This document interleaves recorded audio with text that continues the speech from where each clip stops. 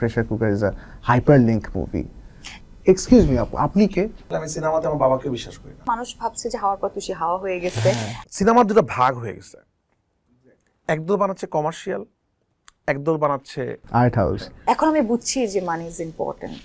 মাঝে থ্রেটও দেয়, ওইটা কিন্তু আমি করবো, আর কেউ যেন না করে। ও গড, প্রিটিনেস নিয়ে কিন্তু বেশি দূর যাওয়া পসিবল না। আমাদের লাইফের মতো আমরা আসলে ভিতরটা একরকম, বাইরটা একরকম। আমরা সবাই পরে ওর বললো যে আপনি নারীদের নিয়ে সিনেমা বানান না কেন? আমি বলছি, আমি তো নারীদের সিনেমা দামান, আপনারা দেখলেন না কেন? মেয়ে মানুষ সব ভিলেন থেকে মেরে ফেলতেছে, এটা হয় নাকি? ফ্যামিলি নিয়ে উমরাতে ছিলাম, তো তখন রাফি আমাকে টেক্সট করে বলল যে আচ্ছা আমি একটা নারী কেন্দ্রিক সিনেমা বানাবো।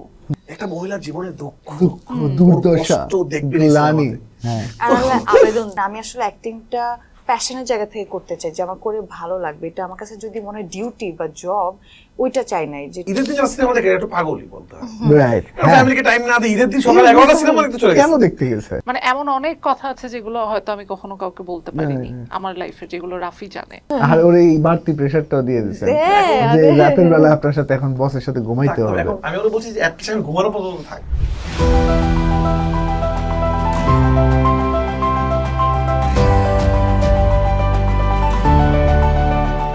পোস্টকাস্টে আমরা আপনার ফোনে চলতে থাকা কোনো ফানি ভিডিও অথবা কোনো সিরিয়াস নিউজের মতোই ধরে নিন যে আমরাও আপনার খুব কাছের একজন সঙ্গী। সাথে উপস্থিত আছেন খুবই তিনজন গুণী ব্যক্তিত্ব, এবং বলতেই পারি যে তাদের পরিচয় হয়তো আমার দেয়া লাগবে না, কিন্তু এক্সকিউজ মি আপু, আপনি কে? আই এম সরি, আমি এদিকে রায়হান রাফি ভাই আছেন, এদিকে নাজিফা তুষি আপু আছেন, but I am really sorry, আমি আপনার সাথে আগে কখনো দেখাও হয় নাই আমার। This আপনাকে is আমি the প্রথম first time. Maybe pressure cooker নামে একটা সিনেমা যেটা রিলিজ পেতে যাচ্ছে আমাদের রায়হান রাফি ভাই পরিচালিত এবং নাজিফা তুষি অভিনীত, সেটার পোস্টারে দেখেছি। তো দ্যাট বেসিক্যালি মিনস যে আপনি হয়তো ওখানে অভিনয় করছেন, রাইট? ওকে, আপনার পরিচয়টা যদি আমাদেরকে একটু দিতেন। আমি স্নিগ্ধা চৌধুরী, একজন মডেল, আর এটা আমার ডেবিউ ফিল্ম। গ্রেট, মানে ইট ইজ গ্রেট। অফকোর্স, মানে আমার পার্সোনালি ডেবিউ হয়েছিল 6 বছর আগে। আমার So, ডেবিউ 5 বছর আগে আপনার হয়েছিল, বাট আপনার 5 বছর আগে ইনফ্যাক্ট আজকে আমার অন স্ক্রিন ডেবিউ হচ্ছে একরকম বলা যায় অ্যাজ আ হোস্ট। আমি আমার নাম আইমান আসিফ স্বাধীন। আমার মূল পরিচয়, আমি একজন লেখক, আমি মেইনলি চিত্রনাট্য লিখি সিনেমার জন্য, কিন্তু আজকে প্রথম আমার হোস্ট হিসেবে ডেবিউ হচ্ছে। এটাই দেখলাম So, আমি। এবং এই আমরা দুজনেই আজকে ডেবিউটান্ট। সো আপনি প্লিজ আপনার সম্বন্ধে আরো দুই একটা কথা বলেন, যাতে আমার পাশাপাশি দর্শকরা আপনাকে আরো ভালো করে চিনতে পারে, এবং আপনার জার্নিটা যদি একটু বলতেন যে why did you feel the pressure to be in pressure cooker?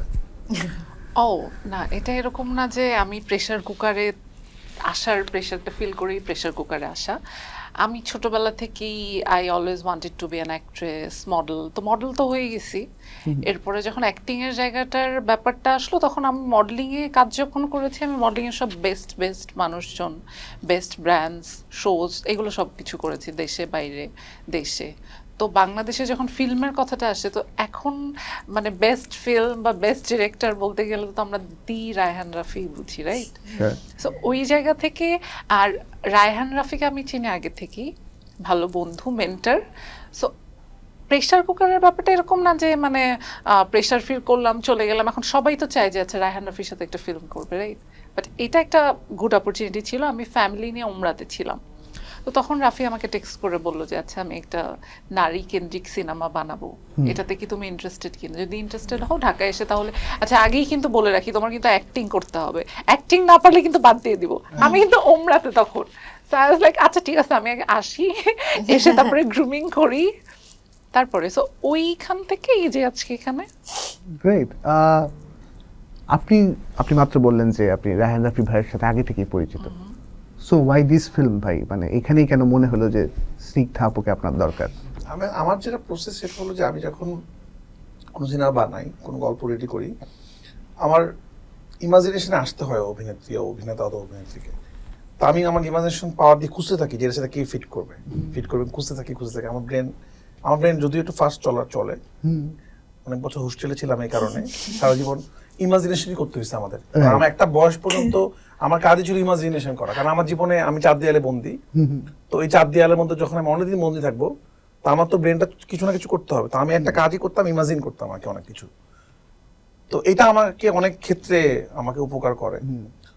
তো তখন আমার কথা মনে পড়লো যে আমি এইখানে যে ক্যারেক্টারটা ভাবছি সেটা আসলে স্নিগ্ধা হতে পারে, দেখি কি হয়। আর আমাদের একটা সিনেমা করার কথা ছিল রাস্তা নামে, সেটা হয় নাই। তো ওই সময় থেকেই ওকে আমি বলছি, আমি অভিনয়টা ঠিক মতো করো, ঠিকঠাক করে শুরু করো।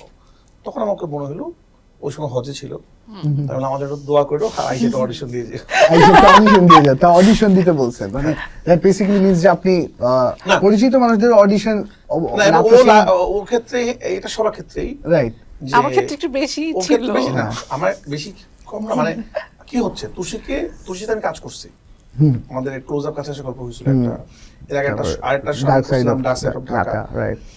আমি জানি ও কি অভিনয় করে, অত কাজ আমি দেখছি। যাকে আমি দেখি নাই, আমি কাউকে বিশ্বাস করি না। আমি একটা কথা বলি, আমি সিনেমাতে আমার বাবাকেও বিশ্বাস করি না, রাইট আমাকে বিশ্বাস করাইতে হবে। রাইট। তো যাকে আমি বিশ্বাস করি না, তাকে আমাকে শেষ দিন পর্যন্ত বিশ্বাস করাইতে হবে যে তুমি এটা করতে পারবা। তো আমার ওর সাথে না, মানে আরো যারা সাথে কাজ করছিল, যারা আমি একটা কাস্টিং আছে আমাদের সিনেমাতে, যাকে আমি সুইচ করছি, মানে একটা ক্যারেক্টার ছিল, ক্যারেক্টার চেঞ্জ হয়ে গেছে। এরকম আমার রেকর্ড এরকম অনেক আছে যে আমি চেঞ্জ করে দিয়েছি কাস্টিং, অথবা বলছি ভাই আমাকে মাফ করে দেন। সুরঙ্গ তো এরকম হয়েছিল, রাইট। সুরঙ্গ তো এরকম হয়েছিল, আমি নাম বলতে চাই না, অবশ্যই। যে কোনো একজন অভিনেতা চেঞ্জ হয়েছিল আর কি, কারণ উনি খুব ভালো অভিনেতা, কিন্তু আমি যেটা চাচ্ছিলাম সেটা হচ্ছিল না। তো ওকে এটাই ছিল যে তুমি কিন্তু যদি পারো তাহলে এটা করতে পারবা, যদি তুমি অভিনয় না পারো, কোনো কারণে অডিশন ভালো না হয়, এবং শুটিং সেটে যায় অনেক সময় অনেক কি হয় যে অডিশন খুব ভালো দেয়, সেটে গিয়ে নার্ভাস হয়ে যায়। তো এটা দুইটা ক্ষেত্রে অনেক সময় অ্যাপ্লাই করে আমরা, যে অনেকে প্রেশার নিলে ভালো কাজ করতে পারে, অনেকে প্রেশারে আরো খারাপ করে। তো ও প্রেশারে ভালোই করছে কাজ, প্রেশার এবং বাট ওর ক্যারেক্টারটা ওরকম ছিল, তো তোমার ওর জন্য এরকমই ছিল যে ওকে আটকে রাখে, বাসা থেকে বের হতে দেয় না। তো আমার মনে হয় এই ইয়েটা ওর জন্য ভালো হয়েছে। How was she as a কো-অ্যাক্টর?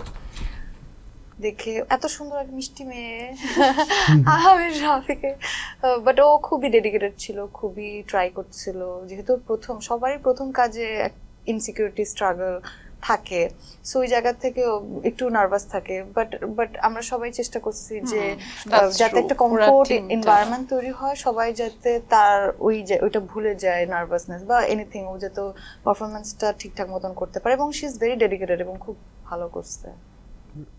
আপনাদের দুইজনের একসাথে সিন ছিল না, এবং কেন ছিল না এটা আমি গেস করতে পারি, কারণ অলরেডি আমরা জেনেছি যে pressure cooker is a hyper link movie. একসাথে সিন ছিল না বলতে কি, মানে আমাদের ওরকম পারফরমেন্স ওরকম কিছু ছিল না। আচ্ছা, হ্যাঁ, মানে ধরে নিলাম মেজর কোনো হ্যাঁ, সিকোয়েন্স ছিল না exactly, একসাথে। হ্যাঁ। হ্যাঁ, সো হাইপার লিঙ্ক মুভি এইটাতে আসতেছে, কারণ হাইপার লিঙ্ক বলে ফেললেই আমাদের দর্শক যে বুঝে ফেলবেন যে হাইপার লিঙ্ক, মানে অনেকেই হয়তো টার্মটা জানেন না, হয়তো এই ধরনের সিনেমা দেখেছেন আগে, টার্মটা সম্বন্ধে হয়তো তারা ওয়াকিবহাল না আর কি। সো ওই দিক থেকে যেমন খুব ভালো একটা, আমি পার্সোনালি মনে করি যে উদাহরণ হতে পারে ইনা ঋতুর প্রথম দিককার সিনেমাগুলি।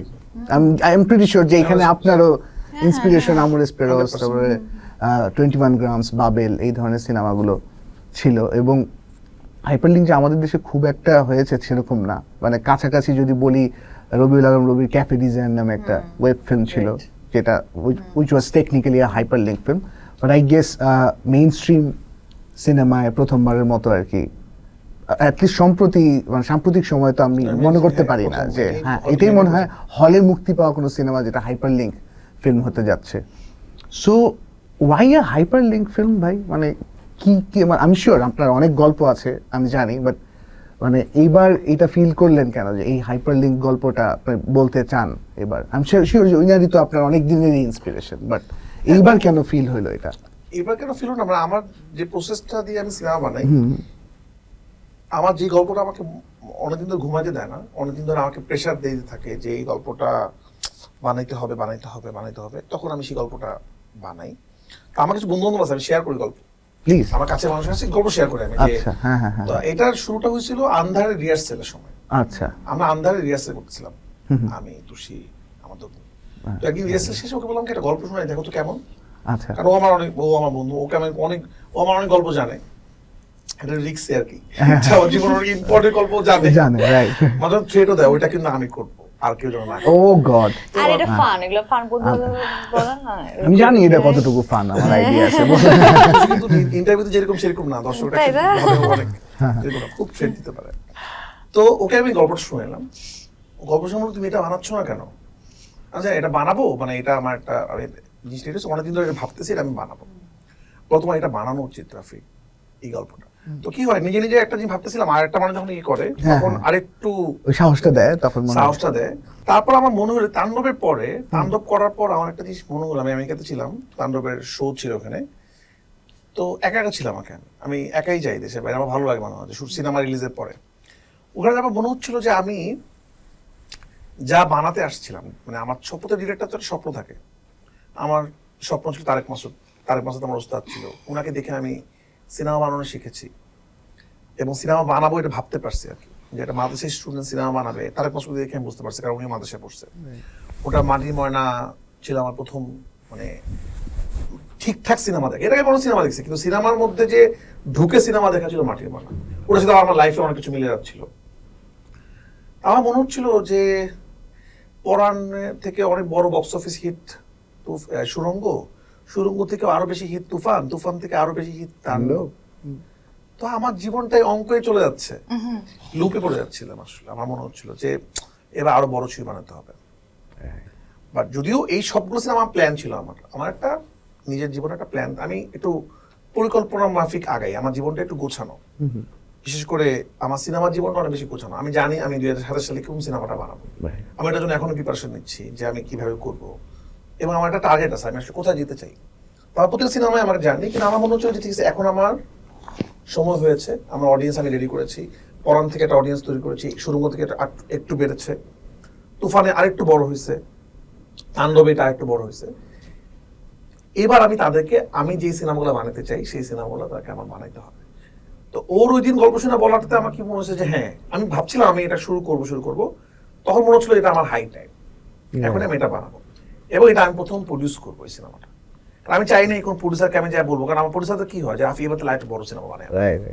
তা আমি সবসময় আমি আমার টিমকেও বলি যে এক্সপেরিমেন্ট যখন আমি করবো, এক্সপেরিমেন্ট নিজের টাকা করা ভালো, মানুষটাকে এক্সপেরিমেন্ট থাকে। আমি এক্সপেরিমেন্ট যেহেতু করতেছি, এবং তখন আমি বলতে পারবো যে ভাই আমি করছি, আমি আরো বেশি ওন করবো জিনিসটাকে। এবং এই জন্যই আমি তারেক মাসুদ আমার এত পছন্দ ডিরেক্টর, যাকে দেখে আমি আসলে সিনেমা বানানো শিখছি। এই প্রথম এই সিনেমাতে আমি তাকে কিন্তু উৎসর্গ করছি। আমি কিন্তু প্রথম সিনেমা তাকে উৎসর্গ করি নাই, কোন শর্ট ফিল্ম করি নাই, কোন ওটিটি করি নাই। তো এটা একটা রিজন আছে যে কেন আমি আসলে প্রেসার কুকারই আসলে উৎসর্গ করলাম আর কি।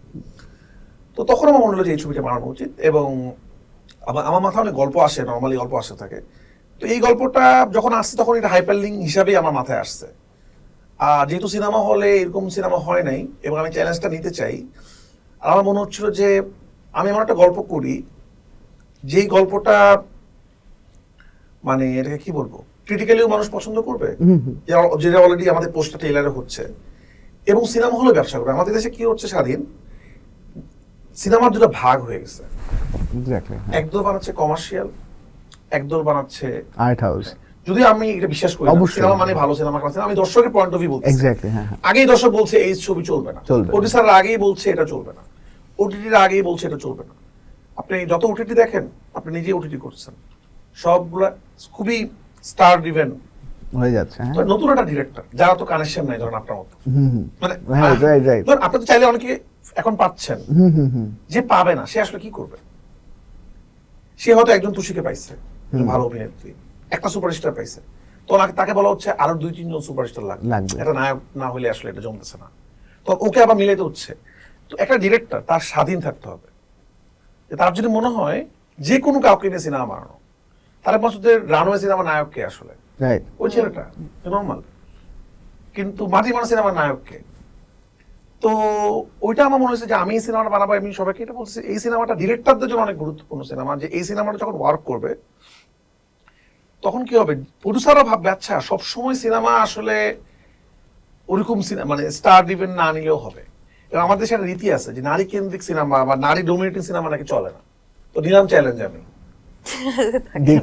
দেখেন চলে কিনা। এবং এখন যেমন চ্যালেঞ্জ নিয়ে তো আসলাম, এখন সিনেমা আলহামদুলিল্লাহ কোনটা আলহামদুলিল্লাহ এখন পর্যন্ত মানুষ দেখেছে। হিট এভাবে বলতে চাই না, একটা সিনেমা তখনই হিট হয় যখন মানুষ দেখে। তো এখন পর্যন্ত আমার সব সিনেমা মানুষ দেখেছে বলেই হিট হয়েছে। আমি বিশ্বাস করি মানুষের টেস্ট চেঞ্জ হয়ে গেছে, মানুষ এখন একই মারামারি কাটাকাটি এগুলো দেখতে চায় না।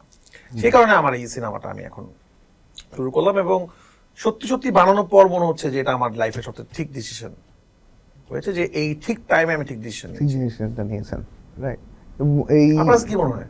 আপনি তো ইন্ডাস্ট্রি মানুষ, অ্যাজ এ রাইটার, যে যদিও আমার সিনেমা দেখেন না, যতটুকু আপনি মার্কেটিং, যতটুকু ট্রেলার দেখছেন, যে রায়হান রাফি এর আগে সিনেমা ছিল তাণ্ডব, বিরাট বড় মারামারি কাটাকাটি হুলুস, এর আগে ছিল তুফান, আরো দুষ্টু কুকি, লাগে উড়াদুরা, আমি বলছি কাট, এর আগে ছিল সুরঙ্গ, হঠাৎ করে এরকম একটা পোস্টার, এরকম একটা ট্রেলার যেখানে ডিফারেন্ট টাইপের কাটিং, আপনার কাছে এজ এ ফিল্ম মেকার কি ফিল হইছে? আমার কাছে ফিল হচ্ছে আমি ফার্স্ট অফ অল আপনাকে চিনছি অ্যাজ আ ভিউয়ার। আমি যখন আপনার কাজ প্রথম দিকে দেখছি তখন আমি একদমই নিউ কামার এখানে, মানে আমার ওই রকম আন্ডারস্ট্যান্ডিং হয়ও নাই যে বিহাইন্ড দ্য সিন সবকিছু কিভাবে কাজ করে।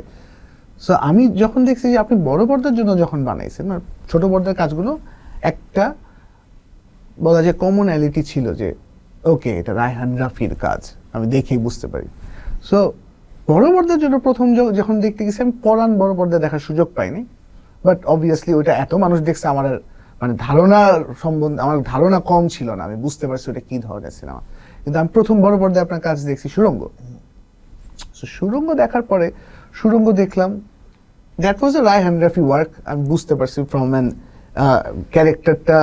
ক্যারেক্টারগুলো যেগুলো ছিল সুড়ঙ্গতে, সেখানে আমি বুঝতেই পারছি যে এখানে রায়হান রাফি ডিএনএ আছে, ক্লিয়ারলি দেখা যাচ্ছে।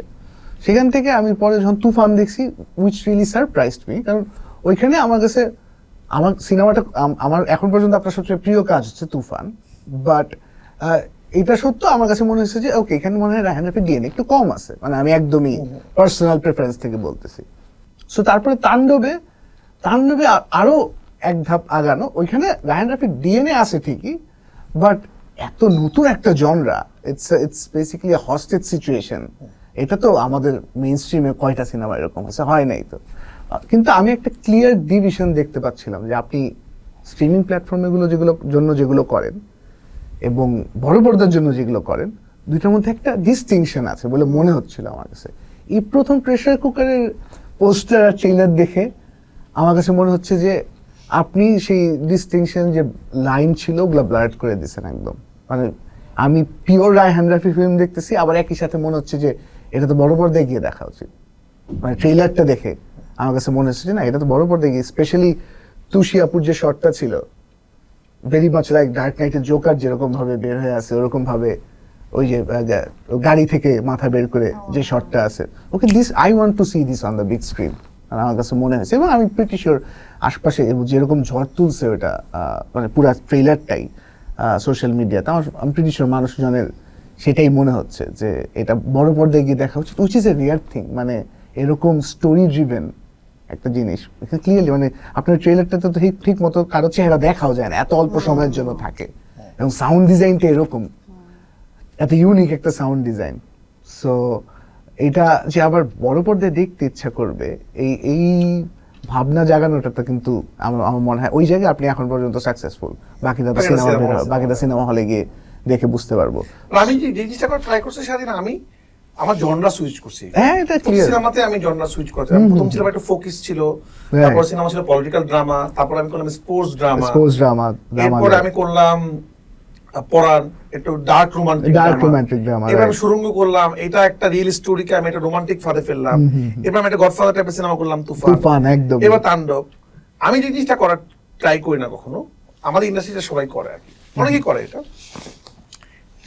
যে একবার যখন যেটা হিট হয় সেটা রিপিট করতে হবে, ফর্মুলাটা ধরে না, ফর্মুলা ধরে যে এটা হিট, এটা আমার রিপিট করতে হবে, এটাই আমার করতে হবে আবার। যেমন যারা 2 বানালে, যেমন আমি এখন 2 বানাইনি, আমার ইচ্ছা হয় না 2 বানাতে, যখন আমার ইচ্ছা হবে তখন আমি 2 বানাবো, কিন্তু আমি রিপিট করিনি আমার কোনো কিছু না, এটা ক্লিয়ার। এটা চেষ্টা করছি। এখন কোন সিনেমা, যেমন আমি খুব অবাক হই এটা শুনলে, কারো তুফান খুব পছন্দের, হ্যাঁ, তারা আবার যেমন আমার একটা আরেকজন ক্রিটিক বন্ধু আছে, আমার সিনেমা শুরু থেকে দেখে, ওই যে নাজমুল সাকিব, ওর কথা শুনি, ও আমাকে অনেক সময় সমালোচনা করে, ও তাণ্ডব দেখে উড়ে গেছে। এক্স্যাক্টলি, কিন্তু তুফান একদম ভালো লাগে, একদম ভালো লাগে না। আমি এটা খুবই অবাক হইছি অনেকের কাছ থেকে শুনে। বাট এটা আমার ভালো লাগে, তার সিনেমা তো এরকমই, এটা আর্টের মতো, একই আর্ট কারো খুব ভালো লাগবে আর কারো ভালো লাগবে না। এটা আমি খুব এনজয় করি, বাট আমি শুনতে পছন্দ করি। এটা আমি আমার ওস্তাদের কাছে শিখছি, তারেক মাসুদের কাছে শিখছি। আমরা অনেকে সমালোচনা নিতে পারি না, খারাপ বললে তুমি বুঝো নাই, কিন্তু ওনাকে আমি দেখছি, উনি সিনেমা শেষ করার পর সেশন রাখতো, আমাকে সমালোচনা করে। আমার মনে ডিরেক্টরদের এটা এই প্র্যাকটিস থাকা উচিত সবারই। আমি আমার পার্সোনাল এক্সপিরিয়েন্স থেকে বলতে পারি যে সৈয়দ আহমেদ শওকী কারাগার নামে একটা সিরিজ বানিয়েছিলেন, যে সবাই জানেন। সো কারাগার পার্ট 2-তে মানে অডিয়েন্সের অনেক প্রত্যাশা মিটে নাই, এরকম একটা কথা শোনা গেছিল। তো উনারা একটা সেশনের আয়োজন করেছিলেন যেখানে অডিয়েন্স পার্সপেক্টিভ জানতে চাওয়া হবে আর কি। আমি ওইখানে একটু ডিসহার্টেন্ড হয়েছিলাম যে ওইটা খুব বেশি মানুষ অ্যাটেন্ডও করে নাই, বা আবার মানুষজন ওটাকে খুব একটা ভালো চোখেও দেখে নাই। মানে আমি সোশ্যাল মিডিয়াতে দেখে আমার খুব অবাক লাগছে যে একজন মানুষ নিজের ক্রিটিসিজম শুনতে চাচ্ছে বা নিজের কাজের ক্রিটিসিজম শুনতে চাচ্ছে, এইটা আবার মানুষজন ভালো চোখে দেখে নাই। মনে করছে যে ও আচ্ছা খারাপ হয়েছে দেখে এখন ওইটাকেও মার্কেটিং করে জানাইতে হবে মানুষজনকে যে আমি তো ভাই ভালোই বানাই, এবার একটা খারাপ বানায় ফেলছি।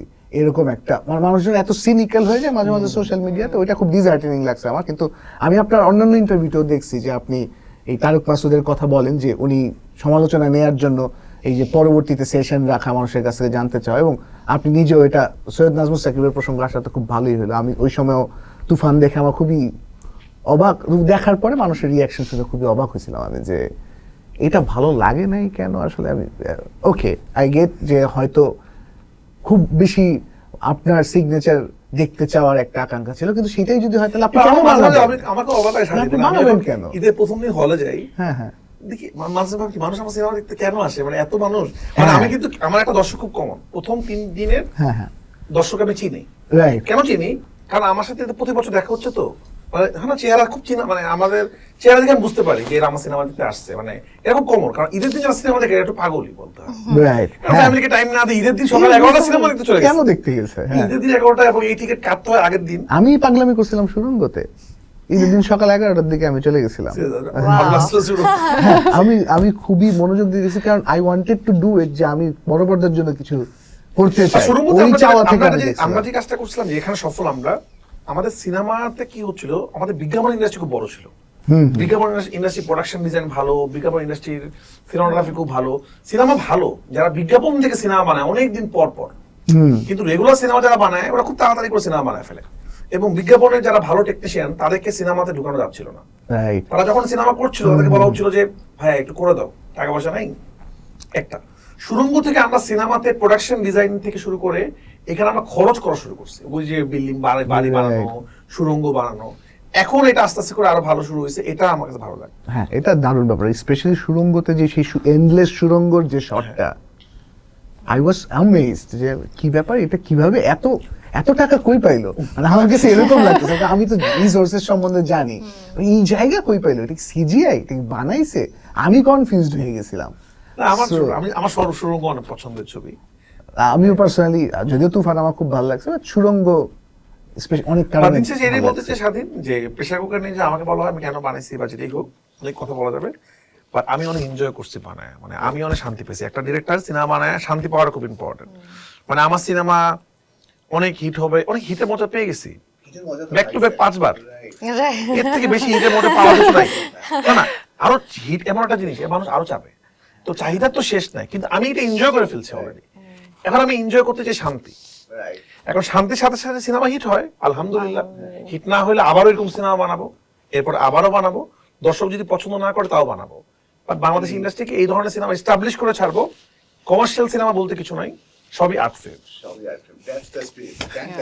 তো সে আপনার কাছে আসতে চাই, আপনার ফিল্মোগ্রাফি নিয়ে মানুষের প্রচন্ড আগ্রহ, যে আপনি এত বেছে বেছে কাজ করেন, এবং সবচেয়ে বড় ব্যাপার হচ্ছে কিভাবে কাজ করতে পারেন। মানে এই যে বড় বড় গ্যাপ নিয়ে সিনেমা করা, অবশ্যই সেটা আমরা রিসেন্ট সময় জানতে পেরেছি যে সেটা আসলে সত্য না অতটা, কারণ আপনি কাজ করছেন, ওগুলো রিলিজ পাওয়ার আসলে ডেটগুলো লম্বা লম্বা ফাঁকে হওয়ায় আপনার চেহারা মানুষজন কম দেখতেছে।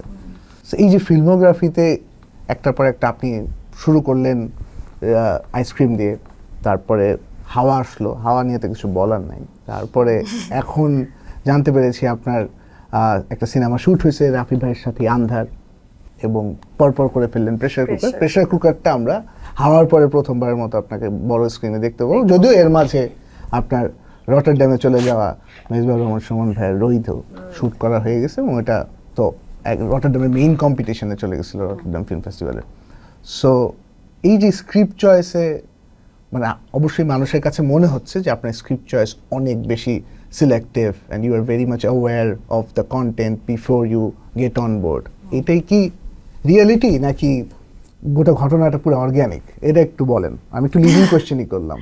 ও আচ্ছা, আমি আরেকটা কাজ করছি, এটা বলতে চাই, এটা হচ্ছে আব্দুল মোহাম্মদ সাদের সাথে, যেটা আমার খুব প্রিয় কাজ। কেন বলতেছেন? আব্দুল্লাহ মোহাম্মদ সাদ ভাই তো কাউকে জানাইতে দিতে চান না না। না, এটা জানানোর আগে যেটা জানতে হবে এখন। So, আপনি ওইটা- জানেন আমি 6 বছর ধরে আছি, আমি কখনো ওনার সাথে দেখা করার সৌভাগ্য অর্জন তাই করতে পারি না। দেখেন, হ্যাঁ হ্যাঁ উনি মানুষটাই এরকম, হ্যাঁ। আসলে দেখা হওয়া। আচ্ছা, ওনার ওটা কি কাজ ছিল ওটা? ওইটা অ্যানি নামের একটা কাজ, একটা ও থ্যাংক series। ইউ আমাদের জানানোর জন্য। হ্যাঁ, ওইটা আমার খুব প্রিয় কাজ, বাট এটা আমি ওয়েট করছি এটা কবে আসবে। আমরা সবাই ওয়েট করতেছি, আমরা আব্দুল্লাহ মোহাম্মদ সাদের আপনি- নেক্সট কাজ দেখার জন্য। হ্যাঁ, আপনি যে প্রশ্নটা করলেন সেটা হচ্ছে যে অর্গানিক বলতে কি এরকম না যেটা হুট করে হয়ে গেছে। হ্যাঁ মানে এটা থট আউট ছিল না অনেক বেশি। আমি ছোটবেলা থেকে আমি একটা জায়গাতেই মনে হয় মানে ভালো লাগা খুঁজে পাইছি, সেটা হচ্ছে অভিনয়। মানে আমি তো জানতাম না যে আমি অ্যাক্টর হব, বাট আমার একটা ইচ্ছা ছিল, যেহেতু আমাদের একটা কালচারাল ফ্যামিলি ছিল। বাট সামহাও আমার কাছে ছোটবেলায় মনে হতো যে অ্যাক্টিংটা আমি আসলে এটা, তখন তো এত কিছু বুঝি না, মানে আমি আসলে অ্যাক্টিংটা প্যাশনের জায়গা থেকে করতে চাই, যে আমার করে ভালো লাগবে। এটা আমার কাছে যদি মনে হয় ডিউটি বা জব, ওইটা চাই নাই। যেটা আসলে আমি যতদূর মনে হয় যে নাটক যারা রেগুলার করেন তাদের এক ধরনের প্রতিদিন সেটে যেতে হবে, আসতে হবে। সো এটা আমার কাছে একটা প্রেশার ফিল হলো যে এভাবে আসলে করতে চাই নাই। আর চেয়েছি হচ্ছে যে আসলে অভিনেত্রী যদি হতে পারি তাহলে মানে ছোটবেলায় ঘুরে গেছে, ভালো লাগবে। আমি আসলে নিজেকে যদি অ্যাক্টর হিসেবে আমি হতে পারি আর কি। তো ওই জায়গা থেকে ভালো ক্যারেক্টার খোঁজার এক ধরনের চেষ্টা, অপেক্ষা ছিল। সেটা অনেক দিন ধরেই অপেক্ষা, এখনো অপেক্ষা চলছে। কিন্তু এখন একটা সুবিধা হচ্ছে যে এখন আমার কাছে হয়তো ভালো ক্যারেক্টার বা ভালো, আমি যাদের সাথে কাজ করতে চাই তারা আমাকে এখন অফার করে এবং ভালো চরিত্রের জন্য বলে। এটা একটা সৌভাগ্য আমার হয়েছে, বাট এটার জন্য একটা দীর্ঘ সময় অপেক্ষা করতে হয়েছে আমার। কারণ আমি আসলে শুরুতে তো অনেক কাজই আসে, কিন্তু আমি ওইটা চাই নাই যে শুধুমাত্র একজন মেল অ্যাক্টরের ফিমেল, মানে আমি শুধুমাত্র নায়িকা চরিত্রটা করে আমার এখানে পারফরমেন্সে কিছু থাকবে না ওই অর্থে, ওরকম কাজ করতে চাই নাই। আর তখন তার ওটিটি ছিল না, হয় নাটক করতে হবে আর না হলে সিনেমা, আর বেটার সিনেমা তো খুবই রেয়ার হতো। এখন যেমন হচ্ছে সেটা তো শুরুতে ছিল না, আর ওটিটিও আসবে সেটাও আমি জানি না। সো আইসক্রিমের পর আমি একটা গ্যাপ নিয়ে পড়াশোনা শেষ করি এবং আমি ওয়েট করি গুড স্ক্রিপ্ট, এবং অ্যাক্টিংটা যে আমি পারি না এটা আইসক্রিম করার পর আমি বুঝছি। ও ফ্যান্টাস্টিক। দেন আমার মনে হয়েছে যে অভিনয়টা তো জানতে হবে, বুঝতে হবে, বা আমি প্রিপেয়ারটা হব, ওইটা ভাবছিলাম, কিন্তু আমি জানি না দ্য প্রসেসটা কি। তো সামহাও ওই সময় অনেকগুলো কমার্শিয়াল ফিল্ম নিয়ে আমার সাথে কথা হচ্ছিল, বাট সামহাও তখন হাওয়ার জন্য অডিশনের জন্য আসে, এবং হাওয়া যখন করি তখন আমি রিয়েলাইজ যে অ্যাক্টর লাইফ কি, এবং একটা বড় গ্রুমিংয়ে আমি ছিলাম, এবং তারপরে আসলে আমার অ্যাক্টর জার্নি শুরু ওইখান থেকে, এবং আমি থিয়েটার করি লটস অফ এই সেই। হাওয়ার রিলিজের পরেও তো আমি আসলে 1 বছর ওয়েট করছি ফর গুড স্ক্রিপ্ট, প্রচুর কাজ আসতেছিল, বাট আমি যেরকম ক্যারেক্টার মানে আসলে একটা স্পার্ক হয় ওইটা হচ্ছিল না। দেন তারপরে কিন্তু আমি কাজ করেই গেছি, কিন্তু আমি পার্সোনালি যেরকম আমার অনেক বেশি জানাতে বা অনেক বেশি পিআর এগুলো খুব একটা ভালো লাগে না। তো ওই জায়গা থেকে আমি যখন কাজ করি তখন আমি শুধু ওইটাই করি। সো এই কারণে মানুষ ভাবছে যে হাওয়ার পর তুষি হাওয়া হয়ে গেছে, এন্ড এটা আমার ভালো লাগছে, কারণ হাওয়া হলে আমি এই কাজগুলো করলাম কখন আসলে সেই প্রেসার থেকে আপনি প্রেসার কুকার করলেন। এবং আমার মনে হয় সবকিছু একটা রাইট টাইম আসছে। সো আমার মনে হয় যে আমার যেভাবে আগাচ্ছে বা হচ্ছে সেটা আমার কাছে মনে হয় ঠিক আছে, ওকে ফাইন, আমি এটাতে হ্যাপি, মানে আমার কোনো রাশও নাই না, আমি জাস্ট আমার কাজটা এনজয় করতেছি কিনা এবং ঠিকঠাক মতো করতে পারতেছি কিনা এটা ইম্পর্টেন্ট। সো ওইটা তো আনন্দ তো পাচ্ছি। এবং এখন তো সবাই যেটা বলে তুই 1 বছর কাজ করলে 3 বছর খবর থাকে না, এটা না তো, আমি তো অনেকগুলো সিনেমা করে ফেললাম, এখনো কোনোটা রিলিজ পায় নাই, প্রথম পেতে যাচ্ছে প্রেসার কুকার। এবং কেমন লাগে যখন দেখেন যে রিলিজ পাইছে একটা হাওয়া, এরপরে রোহিত রিলিজ পায় নাই, এখনো আন্ধার এখনো রিলিজ পায় নাই, মানে ওটা পেতে অনেক সময় লাগবে আমি জানি, পোস্ট প্রোডাকশন। প্রেসার কুকার এখনো পায় নাই, খুবই শীঘ্রই পাচ্ছে। কিন্তু এগুলো প্রমোশনাল ম্যাটেরিয়াল দেখি যে মানুষজন উড়ে যাচ্ছে, মানে আন্ধার এখনো প্রমোশনাল কিছু দেখিনি আমরা, বাট দ্য কনসেপ্ট বা দ্য আইডিয়া এটা শুনেই কিন্তু মানুষজন অধীর আগ্রহে বসে আছে। প্লাস রায়হান রাফি ভাই বানাইছেন, তো স্বাভাবিকভাবে মানুষের আগ্রহ থাকবে, এবং আরো অনেক কিছুই আছে ওটার সাথে।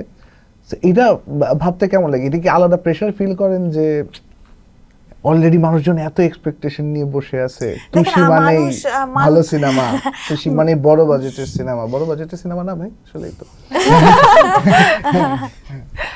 এটা কি এক্সপেকটেশনের চাপ না feel আমি করেন? আসলে একটা জিনিস আমার ঘটে, সেটা হচ্ছে আমি মানুষের কথায় কখনো বায়াস করি না, বা আমাকে এটা ইম্প্যাক্ট ফিল মানে কোনো রকম করে না যে করলে অনেক আগে 10 বছর মানে এই যে এতদিন কাজ করি না ওয়েট ওইটা হতো না।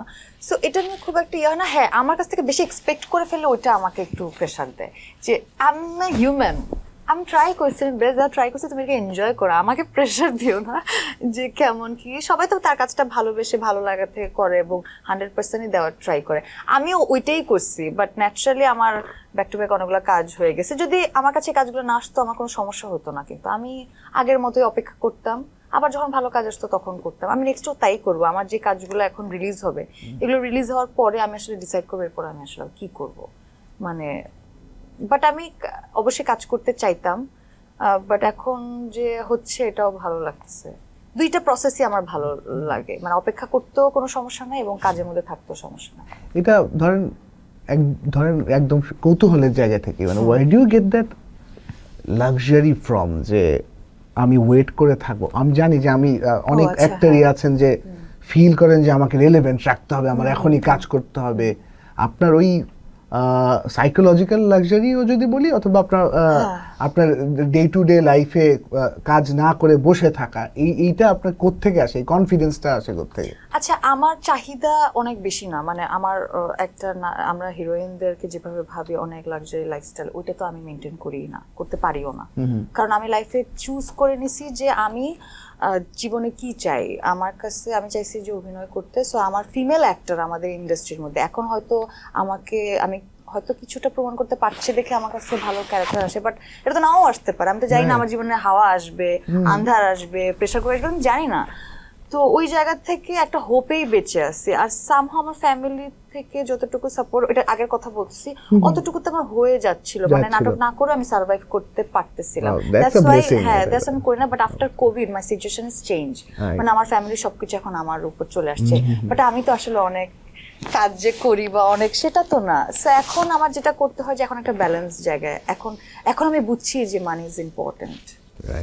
সো এখন এখন যেহেতু মানে সুবাদে আমি কাজ করলে ভালো রেমুনারেশন পাই, সো এক ধরনের ব্যালেন্স করে নিচ্ছি। আমি আসলে ওই ল্যাম্বরগিনিটা চাই না, ওইটা যদি 10 বছর পরে আসে নো প্রবলেম। আপনি বুঝছেন মানি ইজ ইম্পর্টেন্ট, রাফি ভাই বুঝছে money is not that important. Hit হইলে হবে, না হইলে নাই। না আই এম জাস্ট কিডিং। আমি জানি যে I am pretty sure it's gonna be a big hit, এবং আপনিও সেটাই চান, কারণ এই ধরনের সিনেমা হিট হইলে আমাদের জন্যই সুবিধা, দর্শকদের জন্য। না, আমি যেটা বলতে চাইছি যে না হইলে আমি আপসেট হয়ে যাব। এক্স্যাক্টলি, মানে কারণ আপনি যে সিনেমাটা বানাইছেন, আপনি যেটা বানাইতে চাইছেন শান্তিটা ইম্পর্টেন্ট।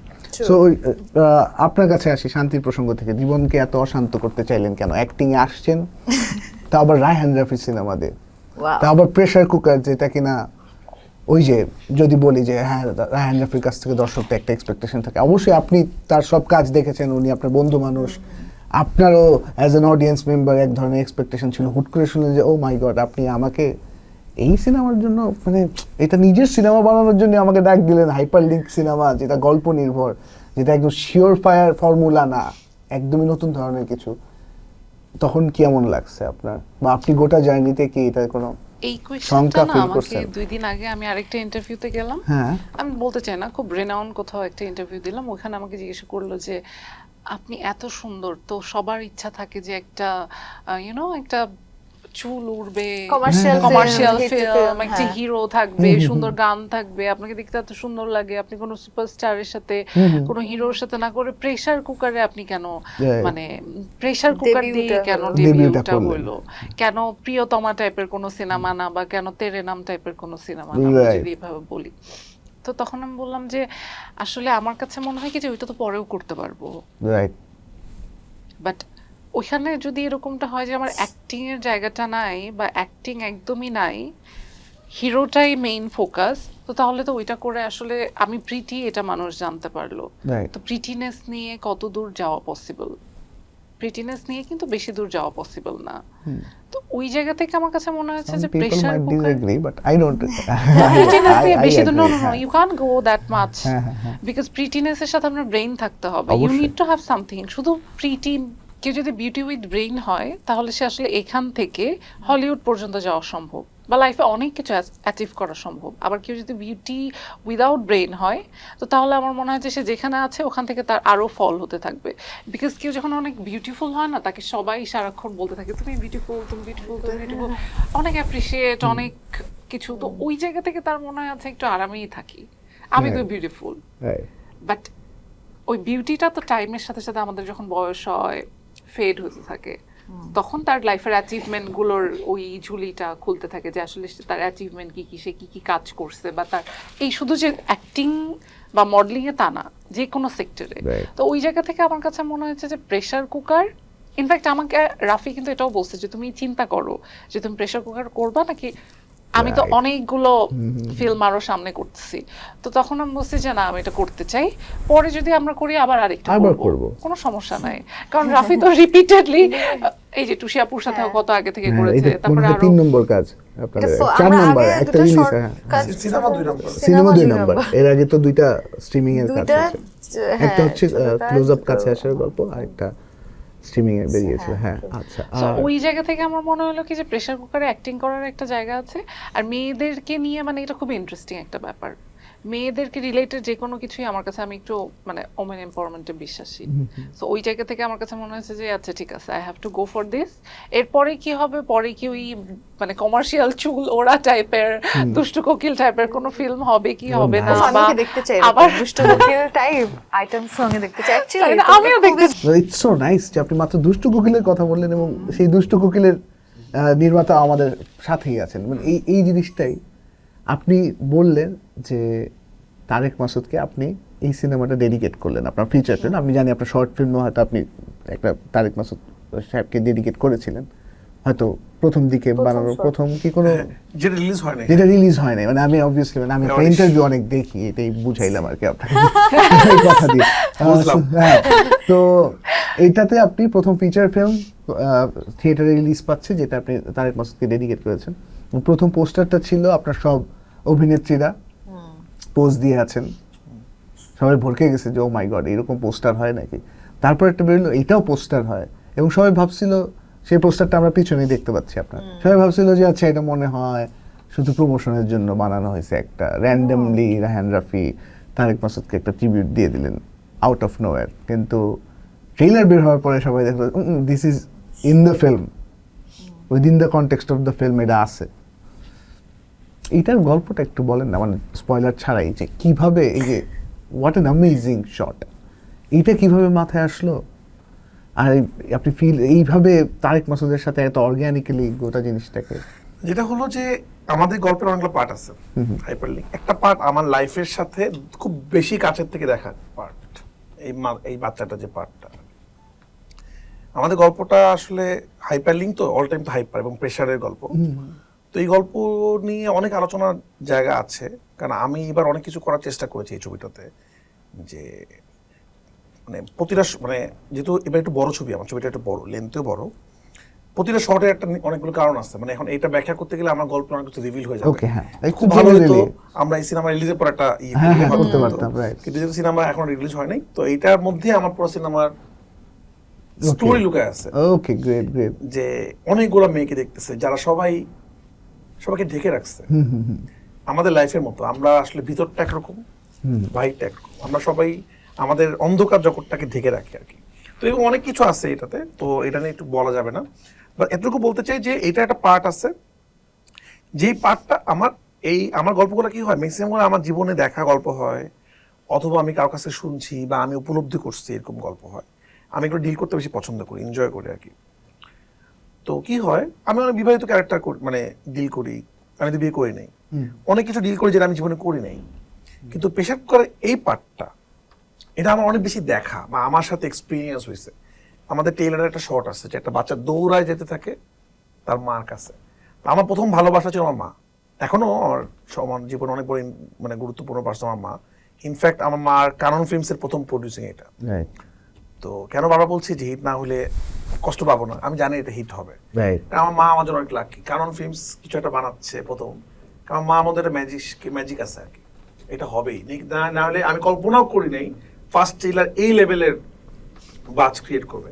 ভালো হবে, ঠিক আছে, সুরঙ্গ ট্রেলারও ভালো ছিল, তুফানেরটা ভালো ছিল, কিন্তু এইটাতে ম্যাসিভ যে অর্গানিক একটা হাইপ উঠছে, প্রচুর মানুষ আমাকে বলছে যে এটা আমি প্রথম দিন দেখবই, বা এটা আমি দেখবো, সব সিনেমা দেখবো, এটা আমি আগে দেখবো। তো আমি এরকম যখন আমার মা আমাকে মাদ্রাসা দিয়ে যেত, সে যখন চলে যেত, আমি খুব দৌড়ায়া আরেকটু দেখি, আরেকটু থাকো, আরেকটু স্মেল নেই। তো এই পার্টটা আমার খুব কাছের ছিল। তো ইনফ্যাক্ট এটা আমাদের সিনেমার শুরুর দৃশ্য।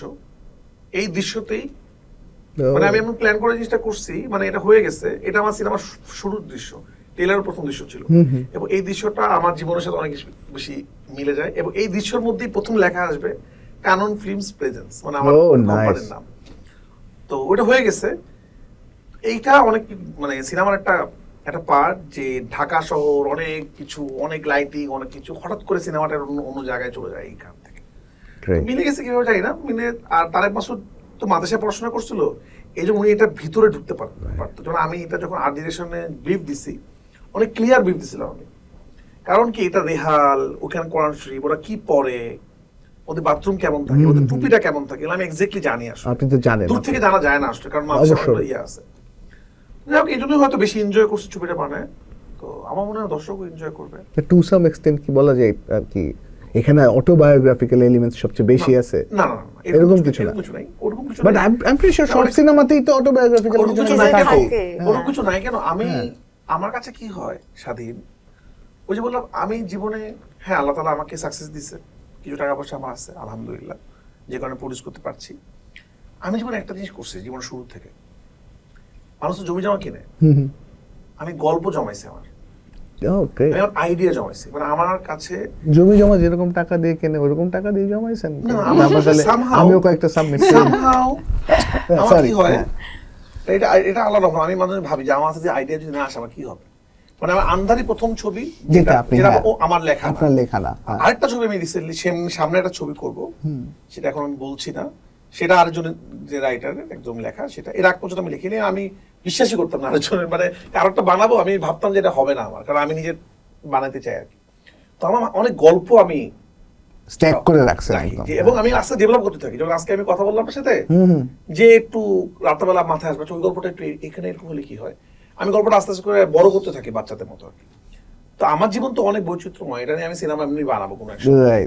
তো এই জন্য আমি আমার জীবনে কিছু হয়নি, কিন্তু হ্যাঁ আমার দেখা কিছু ঢুকাইছে, অনেক কিছু আমার দেখা বা আমার যে উপলব্ধি সেটা করছি। বাট হাইপার লিঙ্ক পেশা করে যে ওটা আরেকটা কথা একটু বলতে চাই, এটা বলাটা উচিত বলে মনে হয়, যেহেতু সাদ ভাইয়ের কথা আসছে। এই প্রেসার কুকার নামটা কিন্তু আব্দুল্লাহ মোহাম্মদ সাদের থেকে আমি নিয়েছি আর কি। আচ্ছা, কিভাবে সেটা কিভাবে এটা নামটা, আমি কিছু জিনিস বিশ্বাস করি, মানে আমি মানি কিছু লাখ বিশ্বাস করি, লাখ। যেমন আমার প্রথম সিনেমা ছিল পোড়ামন্দুই, আমার যে সিনেমা ক্যারিয়ারটা ঘুরাই দিয়েছে সেই সিনেমার নাম ছিল পরাণ। রাইট, ওকে, আমি আসলাম পি দিয়া নামটা। ওকে ওকে। এবং আরেকটা জিনিস আমার হঠাৎ মনে পড়লো, আমার জীবন টিও কিন্তু খুব ইম্পর্টেন্ট। টি রাইট, তুফান তাণ্ডব খুশি। Right, great, what a segue. টি আমার জন্য ইম্পর্টেন্ট। আমার জন্য দ আমার সাথে চায় না, দ দিয়ে আমার সিনেমা যেহেতু ওরকম ব্যবসা করে নাই, তো এগুলো আমি মানি। আবার মানে এগুলো মানলে যে মানে কি এটা নিজের একটা এক্স্যাক্টলি ডট আর এদনরানি ভাইয়ের সাথে খুব যায়, হয়তো ইনশাআল্লাহ এটাই যাবে। না একই ওয়ার্ড একজনের সাথে একজন হয় না, একই ওয়ার্ড। ইনফ্যাক্ট কারণ জোহারের এবং বলিউডে আরো এরকম আছে, কারণ জোহারের উনার তো বিশ্বাস ছিল উনার সিনেমার নাম কে দিয়ে হতে হবে আর কি, কুছ কুছ হতা হ্যায়, কাবি খুশি কাবি গম। এটা না কিছুই না, এটা না আমার কাছে যে মনের শান্তি। আমি কি হয়, প্রথম দিন শুটিং আমি ব্ল্যাক কালার টি শার্ট পরে যাই। ও নাইস। এটা আমার কি হয়, এটা একবার আমার ভালো হয়েছে শুটিং, এরপর আমি এটা করি, এটা কিছুই না, মনের শান্তি আর কি। তো ওরকম তো পি দিয়ে নাম খুঁজতেছিলাম আমি। তো এই সিনেমা শুরু থেকে তুষি আমার সাথে ছিল, মানে অনেক কিছুতেই আমরা একসাথে কাজ করছি, তো আমরা সব প্রেপ করতেছিলাম। তো আমার প্রেশার কুকার নামটা, আমার মা হঠাৎ মাথায় প্রেশার কুকার হতে পারে নামটা। তো তখন আমি সামাও জানতে পারলাম যে এই নামটা আসলে সাদ ভাই একটা প্রোডাকশন উনি করবে, এরকম একটা প্ল্যান ওনা আছে কোনো একটা সময়। তারপর সাদ ভাইয়ের কাছে কোনো একটা মাধ্যমে আমি বললাম যে নামটা, উনি খুবই বলবো হ্যাঁ অবশ্যই, কেন না, রাফি। তো এত উদার একটা মানুষ। তো এই প্রোগ্রাম মাধ্যমে সাদ ভাইকে থ্যাংক ইউ দিতে চাই, যদিও উনি সব মানুষকে জানানো পছন্দ করেন না, কিন্তু ভালো জিনিস জানানো উচিত। উনি বলতে পারতো না আমি নাম দিব না, হ্যাঁ বলতেই পারতো, অবশ্যই কেন না, রাইট রাইট রাইট, কারণ such a unique name pressure cooker. Pressure cooker আসলো কিভাবে মাথায়? আচ্ছা, যেভাবে আসছে সেভাবে, এটা একটা গল্প, মানে নামটা নিতে হবে জন্য প্রেসার কুকার দিয়ে নেই। আমাদের যে সিনেমার আইডিয়াটা ঢাকার গল্প, এটা ঢাকার একটা ভিতরের গল্প। এটা ঢাকায় ম্যাক্সিমাম মানুষ কেন আসে? অল্প সময় বড়লোক হওয়ার বড় জন্য। কথা। মানে আমাকে খুব তাড়াতাড়ি বড়লোক হতে হবে। এটা তো আমার ইন্ডাস্ট্রি ক্ষেত্রেও ধরি, আমার অনেক নায়িকা আসে, অনেক ডিরেক্টর আসে, অনেক রাইটার আসে, যে আমাকে আজকেই হিট হইতে হবে, এখনই বড় হইতে হবে। প্রেশার কুকার কাজটা এইটাই, যে খুব অল্প সময় রান্না করে, রাইট। এবং প্রেশার কুকার অনেক কিছুক্ষণ পর সাউন্ড হতে থাকে, হুম। এবং ঢাকাটাও কিন্তু খুবই নয়েজি, রাইট। এবং প্রেশার একটা পর্যায়ে ঠাস করে ফুটে ওঠে। আমরা যখন তাড়াতাড়ি বড়লোক হতে চাই, তখনই আমরা হয় খুন করি, নাহলে ব্যাড পলিটিক্স করি, নাহলে মানে অন্যায় কাজ করি, Right. এবং হয় আমরা ধরা পড়ি, নাহলে আমরা শেষ হয়ে যাই, মানে নাহলে মারা যাই। তো এটার সাথে আমাদের গল্পের অনেক ফিলোসফিক্যাল জায়গার মিল আছে। এবং Right. এই সিনেমাতে আমি যেটা করার চেষ্টা করি স্বাধীন, প্রত্যেকটা জিনিস একটা কারণ রাখছি আর কি। এই যে টেইলার কাটটা আমরা কাটছি, অনেক বন্ধু যেটা স্টাইল ফলো করছে, আমি Right. কাট আসল স্টাইল ফলো করিনি আমি। আমাদের সিনেমাটার মধ্যে সবচেয়ে ইম্পর্টেন্ট জিনিস কি, বিশেষ করে হুইসেল, রাইট। সাউন্ড। এই জন্য এটা নাম দিছি আমরা হুইসেল, এবং আমরা টেলারটা কাছে সাউন্ড দিয়ে সাউন্ড দিয়ে কাট পুরোটাই। কাট কাট কাট কাট। এবং আমাদের সিনেমা যে কি হয়, আমরা দুটা ভাগে ভাগ করার চেষ্টা করছি আমাদের সিনেমা ক্যারেক্টারগুলোকে। আমাদের ক্যারেক্টারগুলোকে যখন যেই ক্যারেক্টারগুলো একটা খারাপ কাজ করতে যায়, তখন তার অটোমেটিকলি একটা সিম্বলিক ওয়েতে সে একটা, তার কাছে যেন আমাদের একটা রেড, একটা আমাদের একটা, আমরা একটা ফলো করছি। আমি আমার অন্য কোনো সিনেমাতে ফলো করিনি, এই ফার্স্ট এই সিনেমাতে আমি প্রপারলি এটা ফলো করার চেষ্টা করছি। যখনই একটা সিনে কোনো কারণে ক্রাইম হবে, সেখানে কোনো না কোনো জায়গায় রেড থাকবে। ও গ্রেট। এটা এবং এটা আমরা খুবই সুন্দর করে, মানে এটা খুবই ডিটেইলে দেখলে বোঝা যাবে, খুবই সার্টেল একটা ক্যারেক্টার। হঠাৎ করে এতক্ষণ ছিল সাদা কস্টিউম পরা, হঠাৎ কথা বলার সময় লাল ফোনটা বের করে ও কথাটা বলবে, এখানে লাল আছে। রাইট। তো এটা আমি রাখার চেষ্টা করছি, এই জন্য হয়তো বেশি এনজয় করছি এই সিনেমাটা বানানোর। রাইট। রাইট। তো এই যে টেলার কাটটা ওই কারণে করা হয়েছে যে এই সিনেমাটা অনেক নয়েজি সিনেমা হবে, কারণ এর যে ঢাকার গল্প, ঢাকাটা অনেক সাউন্ড, অনেক কিছু। এবার আপনি খেয়াল করবেন টেইলারের শুরুর পার্টটা কোনো সাউন্ড ছিল না, যে পার্টটা এই পার্টটা, এই পার্টটা তখনই সিনেমাটা শান্তি হয়ে যাবে, যখন সব সিনেমাটা noise এইখানে চলে যাবে আর কি, যাবে, হ্যাঁ। নয়েজ ফ্রিতে যাবে। Noise free তো হয়ে এটা যাবে। একটা মজা। এবং আমাদের অভিনেত্রী এত ভালো অভিনয় করছে, এত কষ্ট করছে। যেমন তুষির যে পার্টটা ছিল, ও তো মেসেজ পার্লারে কাজ করে। এখন অভিনয়টা আমি দেখা দিতে পারবো কি চাই, কিন্তু মেসেজ তো আমি নিজেই জানি না আসলে। হ্যাঁ। ও অনেক মেসেজ পার্লারে ঘুরছে, গেছে, মেসেজ পার্লারে মেয়েদের সাথে ফ্রেন্ডশিপ করছে, কথা বলছে, কারণ ও ভিতরটা জানতে হবে। এবং ও মাত্র থাইল্যান্ডে গেছিল, সেখানে যায় ও প্রতিদিন মেসেজ করাইছে। তো এবং আমি ওকে ফোন দিতাম, তুমি কি অবস্থা, আমি আব্বাকে মেসেজ করতেছি, আমার বোনকে মেসেজ করতেছি, ও যে আসতেছে তাকে মেসেজ করতেছে। আর মেসেজ করতে কিন্তু আসলে কষ্ট, অবশ্যই। মানে এটা তো শারীরিক করে। এবং আমার আমি আসলে অনেক লাকি স্বাধীন। মানে অনেকে বলে রায়হান রাফি সিনেমা হিট হয়, এই হয় সেই হয়, অনেক কিছু। আমার কাছে মনে হয় আমার লাকটা হলো আমার অভিনেত্রী, আমার পারফর্মারটা। ওরা তো ম্যাজিক্যাল পারফর্ম দেয়, সেই কারণে আমার সিনেমা হয়তো মানুষ বেশি পছন্দ করে। তো এই সিনেমা আসলে আমার অভিনেত্রীরা আসলে জান দিয়ে অভিনয় করছে সবাই। সবচেয়ে বড় শক্তি আমার এটাই। তো আমি বিশ্বাস করি যে এটা মানুষের হৃদয়ে ধাক্কা দিবে, মানে যে কারণে আমি এত কনফিডেন্ট। Right. এতগুলো সিনেমার মধ্যে আসতেছি, তোমাদের সিনেমা আছে, রাইট। কেন আসতেছি, কারণ আমার হাতে আছে তুষি, আমার হাতে আছে স্নিগ্ধা, মারিয়া, রাইট। ফজলম বাবু, সৈয়দ আপনার কাছে এবং বলিউডের ফেমাস লাইনের মতোই যে মেরে পাস মা মা হ্যায়, হ্যায়। আপনার কাছে মাও আছে। মা তো পাওয়ারফুল। এক্স্যাক্টলি। এবং আমার ইন্টারভিউ শুরু হয়েছে স্বাধীনের, ওরে রাইট রাইট রাইট। সো সব হিট একসাথে, সব লাখ একসাথে। সব লাখ একসাথে মিলে will have a super hit. এই যে এত গুণী অভিনেতা আছেন আপনাদের এই সিনেমায়, আপনার কেমন লাগছে প্রথম সিনেমাতেই এত? অবশ্যই আমি আবারও জানি যে সব সিন হয়তো ছিল না, সব সিনে হয়তো সবাই ছিলেন না, কিন্তু তারপরও নিশ্চয়ই যাদের সাথে স্ক্রিন শেয়ার করেছেন সবাই অনেক এক্সপিরিয়েন্স, সবাই legend in their own right. হ্যাঁ, legend, একদম মানে Right. এক্সপেরিয়েন্স বললে ভুল হবে, একদম লেজেন্ড। হ্যাঁ, খুব। সো এই জায়গায় তখন কি প্রেশার, এগেন প্রেশারের কথা বাদই দিলাম, এই এক্সপিরিয়েন্স আপনার টেক অ্যাওয়ে কি, মানে কি নিয়ে আসলেন এই এক্সপিরিয়েন্স থেকে দিন শেষে? নার্ভাসনেস অনেক ছিল, মানে কোনো শটে যাওয়ার আগে অনেক নার্ভাসনেস ছিল। নার্ভাসনেস যে আমি ভুল করব বা ইয়ে করবো এটা না, ডিরেক্টর। বাট শটের বাইরে কিন্তু আমরা খুব ভালো বন্ধু, অনেক বিষয়, ফ্যামিলির বিষয়ে, মানে এমন অনেক কথা আছে যেগুলো হয়তো আমি কখনো কাউকে বলতে পারিনি আমার লাইফে, যেগুলো রাফি জানে, যেটা হয়তো কেউই জানে না, হয়তো আমার বেস্ট ফ্রেন্ডও জানে না, মানে এরকম অনেক কথাও আছে। ওই জায়গা থেকে একটা কমফোর্ট জোন আছে। বাট আবার যখন ওই যে হয় না, মানে টিচার, তো টিচার যখন সামনে, ওই একটা নার্ভাসনেস ছিল যে সবচেয়ে মেকআপ বকা খাইছে মানে scene টা। হ্যাঁ, অনেক বকা খাইছে, অনেক। বকা সামনে আমি এগুলা পাতা দিই না। পাত্তাই দেন না কেন? আপনি ভয়ের অভিনয়টা কেমনি করতো তুমি না, ভয়ের অভিনয় এখন এরা বলতে বোঝাতে চাচ্ছে যে ও আর কি এটাকে একসেপ্ট করতে পারে। অ্যাকসেপ্ট করতে পারে, মানে কি ছোটবেলা থেকে কি অনেক বকা খাওয়া লাগছে এই জন্য? হ্যাঁ, অনেক অনেক। আর Right. আমার হয় কি মানে আমি যখন মডেলিং এ আসলাম তো আমার মডেলিং এর যে টিচার ছিল সে আবার মডেলিং জগতে he is the best one. তো Right. ওইখানেও বকা খেতাম যখন মডেলিং করতে আসছি।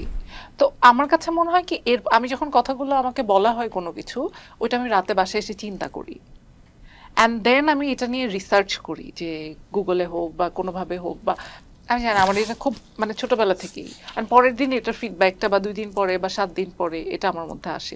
তো প্রেসার কুকারের প্রতিদিন সেটে যাওয়ার সময় একটা নার্ভাসনেস থাকতো, মেকআপের সময় ওই ক্যারেক্টারটায় আবার সামটাইমস রাফি আমাকে আগেই বলে দিত হ্যাঁ আজকে তোমার এই স্যার তুমি কি গান শুনতেছো হাসতেছো কেন, No, আজকে হাসবো না, আজকে হাসি। আজকে তোমার কান্না তুমি কাঁদতেছো না কেন, এক্স্যাক্টলি এরকম ছিল। কিন্তু ওখান থেকে অনেক কিছু শিখেছি। আর যেসব অ্যাক্টররা ছিল যেমন বাবু ভাই ছিল, তারপরে টুসি আপু তো আমার পাশেই বসে আছে, টুসি আপুর সামনে তো রাফি আমাকে বকা দিত অ্যান্ড টুসি আপু ওয়াজ লাইক ঠিক আছে ঠিক আছে মানে আসলে নতুনদের হ্যাঁ। মা আমি আছি আপনি তুমি বকা দিও না Right, right, right. মা। তুমি যাও না। তুমি কে যাও তো এখান থেকে। ও সবার গার্জিয়ান ও সিনিয়র তোমার guardianship কিসে কে? আমাকে বুড়ো বানাই দিচ্ছ তোমরা, কি সিনিয়র? Senior তো আপু, আপনি অনেক সিনিয়র। আমার আগে কত? 50 হয়ে হ্যাঁ, গেছে। কত ফালতু এক কথা বলবে decade না। ধরে ওরে 10 বাবা। বছর হয়ে গেছে না হ্যাঁ, হ্যাঁ। ইন্ডাস্ট্রিতে আছেন, হ্যাঁ অনেক 20 সিনিয়র। বছর বাট টেনশন নাই, মানুষজন বলে যে, এবং এটাও তো একটা ভালো জিনিস, মানুষজন বলে যে আরে এই মেয়ে 10 বছর আগে যেরকম ছিল ওইরকমই দেখিয়ে আছে, এইসব বলে। এবং আমি প্রিটি শিওর সত্যি কথাই বলে, আই গেস। এগেন মানে এই যে এই ধরনের কমপ্লিমেন্ট, যে এইটা কেন কখনো মাথায় আসে না যে, কারণ আপনার কোনো কাজে এটা নাই, যে নায়িকা টাইপ কাজ, এটা হয় নাই কখনোই এখনো পর্যন্ত। নায়িকা টাইপ হয়তো হবে সামনে। হ্যাঁ, আমি বাট তো প্রথমে বাট সব স্ক্রিপ্ট চয়েস এরকমই দিন না শেষে। না এটা তো এরকম কেন হবে? না আমি জানি এটা তো শুনলাম স্ক্রিপ্ট চয়েস, কিন্তু তারপরেও মানে এই আমদানি এত মনে কমপ্লিমেন্ট দেখতে পাওয়ার হবে। পরেও আন্ধারে আমার সুন্দর মানে তো আপনি সারাক্ষণ রাফি ভাইয়ের কাছ থেকে কমপ্লিমেন্ট পাইতেই আছেন, সো তারপর ব্যাক হ্যান্ডেড কমপ্লিমেন্ট, তারপরেও কমপ্লিমেন্টই তো। সো তারপরেও আন্ধারে কি কিছুটা আন্ধার ডিফারেন্ট, আন্ধার তো আমাকে একটু গ্ল্যাম দেখবে মানুষ হয়তো বা একটু। না ইনফ্যাক্ট প্রেসার কুকারও কিন্তু আছে প্রেসার কুকারও মানে ও বলতে চাচ্ছে যে অনেক মানে কমার্শিয়াল হিরোইন, মানে শাড়িটা Right, উড়বে right. চুল মানে ওই হ্যাঁ, টাইপ আর কি। চুলটা উঠবে, সুইজারল্যান্ডে নাচের সিন, আমি তো করতে চাই মানে মানে ওই যে আমি সব লাগে type-এর- উড়াধুরা হ্যাঁ হ্যাঁ করতে চাই তো, আমি ডেফিনেটলি করতে চাই। আমার প্রত্যেকটা সবকিছুতে একটা তো পানির মতন হওয়া উচিত, রাইট? যে ওকে যেই শেপে পাত্রে রাখা হবে রাখা ও হবে, ওইটা আকারটাই ধারণ করবে, এটা তো হওয়া উচিত। সো আমি এটা করতে চাই, বাট আমার ফার্স্টে আমি ভেবেছিলাম যে আমাকে অ্যাক্টর হিসেবে চিনুক, সো দ্যাটস ওয়াই আমি অ্যাক্টর টাইপ পারফর্ম করার যে ওরকম স্ক্রিপ্টে কাজ করছি। সো এখন আমার কাছে মনে হচ্ছে কিছুটা করছি, এগুলো তো মানুষ দেখুক, তারপরে আমি এখন একটু অন্য দিকে মুভ করি। আমি যেমন এখন কমার্শিয়াল ফিল্ম করতে চাই, মানে আমার পার্সোনাল ইচ্ছা হচ্ছে যে আমি একটু ইজি লাইট, একটু মানে যেটা আমি মানে আমার দেখা বা আমরা দেখতে চাই ওই টাইপের কাজ করি। So আমি চাই এখন করতে, হয়তো বা হবে সামনে। সামনে হয়তো বা হবে। এটা Yes, তোমরা আপনি- বানাও না, তাহলে তো হবে। তোমরা কি creative? তোমরা তো খালি আর্ট বানাও, তো এটা আমরা কি করবো? তোমরা দেখলে সহজ গল্প সারাক্ষণ মাথায় আসে না। আমাকে এখন সবাই খালি আর্ট, নাহলে এই মানে টাফ ক্যারেক্টার এগুলাই তো character, আসতেছে। মানে আমার তো দেখলে একটু সুস্থ গল্প সুস্থ মাথায় আসে গল্পে না। মাথায় আসে না, স্বাভাবিক। একটু ভাইবেন, মানে হ্যাঁ, আমি এটা ভালো। কল্পনাই করতে পারি না চুল উঠতেছে রাফি এটা কমার্শিয়াল কিভাবে ফিল্ম বানাও, তোমার শাড়ি উঠতেছে, উঠবে, চুল উঠবে, শাড়ি- মেকআপ করবো। তুমি সুইজারল্যান্ডে যাও বলে ঠান্ডা লাগতেছে আমার। হ্যাঁ এই জিনিস তো অবশ্যই মানে, আর না আসলে ওই করা যে- উচিত। হ্যাঁ করা করো, আর আমার কাছে প্রত্যেকটা বা বয়সের হয়তো একটা না সময়- হইলেও না, ইটস ফাইন। হ্যাঁ, না হলেও প্যারা নাই, বাট কারণ- একবার এক্সপেরিয়েন্স হয়তো বা করবোই।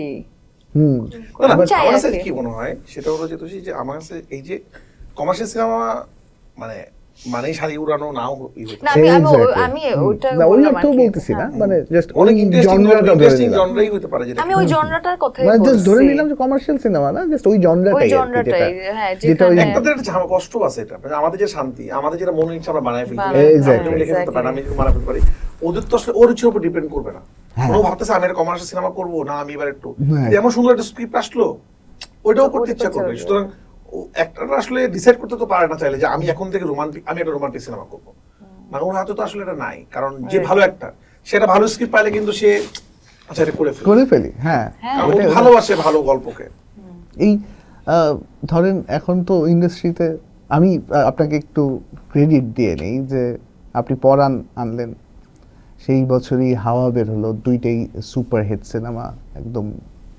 ওয়ার্ল্ড ওয়াইডই, মানে আমাদের প্রবাসী বাংলাদেশি এবং বিদেশিরাও দেখে এমন সাফল্য এনে দিল। তারপরে আপনি যেটা করেছেন যে you did not stop there, that was just the beginning, আপনি ইউ কেপ্ট অন গোয়িং।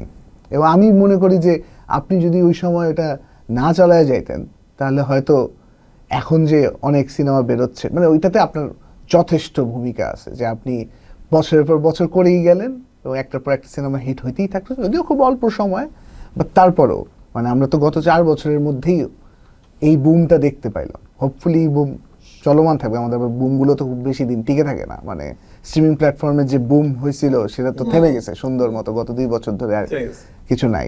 এটা অবশ্য সব সব সব পক্ষই কোনো না কোনোভাবে দোষী। সো হোপফুলি সিনেমার ক্ষেত্রে বুমটা থাকবে, কিন্তু আমি মনে করি যে বুমে যদি একজনের নামও নিতে হয় সেখানে আপনার নাম নেওয়া উচিত। মানে এই কারণে না যে, এই কারণে সবচেয়ে বেশি যে আপনি থেমে যান নাই, চালাই গেছেন। সব সিনেমার ব্যাপারে ওই যে একটা এক ধরনের কমপ্লেক্স কাজ করা যে না আমার একটা হিট হয়েছে দেখেই আবার পরেরটাও আমার ওই ফর্মুলার মধ্যেই করতে হবে, এটা তো করেন নাই আপনি, আপনি নিজেই বললেন, আমার দর্শক মাত্রই জানে। সো এই যেমন আপনার রিসেন্টলি শুনলাম যে এইটা নারী কেন্দ্রিক সিনেমা, এটা বলারই বা প্রয়োজন কি আপনি মনে করছেন? যে কারণ কোনো পুরুষ কেন্দ্রিক সিনেমাকে তো আলাদা করে পুরুষ কেন্দ্রিক বলি না আমরা, which is a very good point again. So এখন আপনি সাহস পাচ্ছেন, বা সাহস না, আপনি বলতে চাচ্ছেন নারী কেন্দ্রিক গল্প, সেটা বলা হচ্ছে। বা আমরা রিসেন্ট সিনেমার মধ্যে আমার নিজের লেখা সিনেমা উৎসবের কথাই বলি, যে ওখানেও নারী চরিত্রকে যেভাবে গুরুত্ব দিয়ে লেখা হয়েছে ওটাও মানুষজন গ্রহণ করলো। এখন আপনি প্রেশার কুকার বানাচ্ছেন, উই আর শিওর যে এটা মানুষজন দেখবে এবং গ্রহণ করবে। আবার একই সাথে আমরা বনলতা এক্সপ্রেস বানাচ্ছি, ওইখানেও একই অ্যাপ্রোচই আছে। এইটা তো খুব সুন্দর ভালো ব্যাপার যে মানুষজন আর্টের ক্ষেত্রে বা যদি ধরি এন্টারটেইনমেন্টের ক্ষেত্রে এটা গ্রহণ করছে। মানে এই প্রশ্নটা সবার কাছেই, কিন্তু উইমেন লেড কোনো একটা উদ্যোগ নেওয়া হলে মানুষজন, মানে উইমেন লিডারশিপের প্রসঙ্গে রিয়েল লাইফে মানুষজন খুবই নেগেটিভলি রিয়্যাক্ট করে, মানে খুবই অ্যান্টাগনিস্টিক হয়ে যায় এই আইডিয়ার ব্যাপারে, এটা হওয়া যাবে না। কিন্তু এটা আবার গ্রহণ করা শুরু করছে যে আর্টে এটা পসিবল, মানে সিনেমার ক্ষেত্রে আমি মেনে নিতে রাজি আছি। যেমন ধর আমি পার্সোনাল এক্সপিরিয়েন্স থেকে বলি যে বনলতা এক্সপ্রেস একটা ট্রেন জার্নির গল্প, যেখানে সব শ্রেণীর মানুষজন একসাথে আছে, এক একজনের এক এক রকম মতামত, সেই বিভেদ ভুলে সবাই আবার একসাথে, এটা বাংলাদেশকে রিপ্রেজেন্ট করে এক ট্রেনটা। আমি প্রিটি শিওর প্রেশার কুকারে যেহেতু হাইপার লিঙ্ক স্টোরি, ওইটাও টু সামহাও বাংলাদেশকে রিপ্রেজেন্ট করে। এগেন আপনার দুইটা কন্ট্রাস্টিং পোস্টার দেখে এটা ক্লিয়ার যে একপাশে যখন দেখছি যে আমাদের অভিনেত্রীরা এক সারিবদ্ধ হয়ে মনে হচ্ছে যে কোনো স্পেশাল মডেলিং সেশনের জন্য পোস্ট দিচ্ছেন, আবার পরেরটাতে এরকম একটা পোস্টার দেখতেছি আমরা।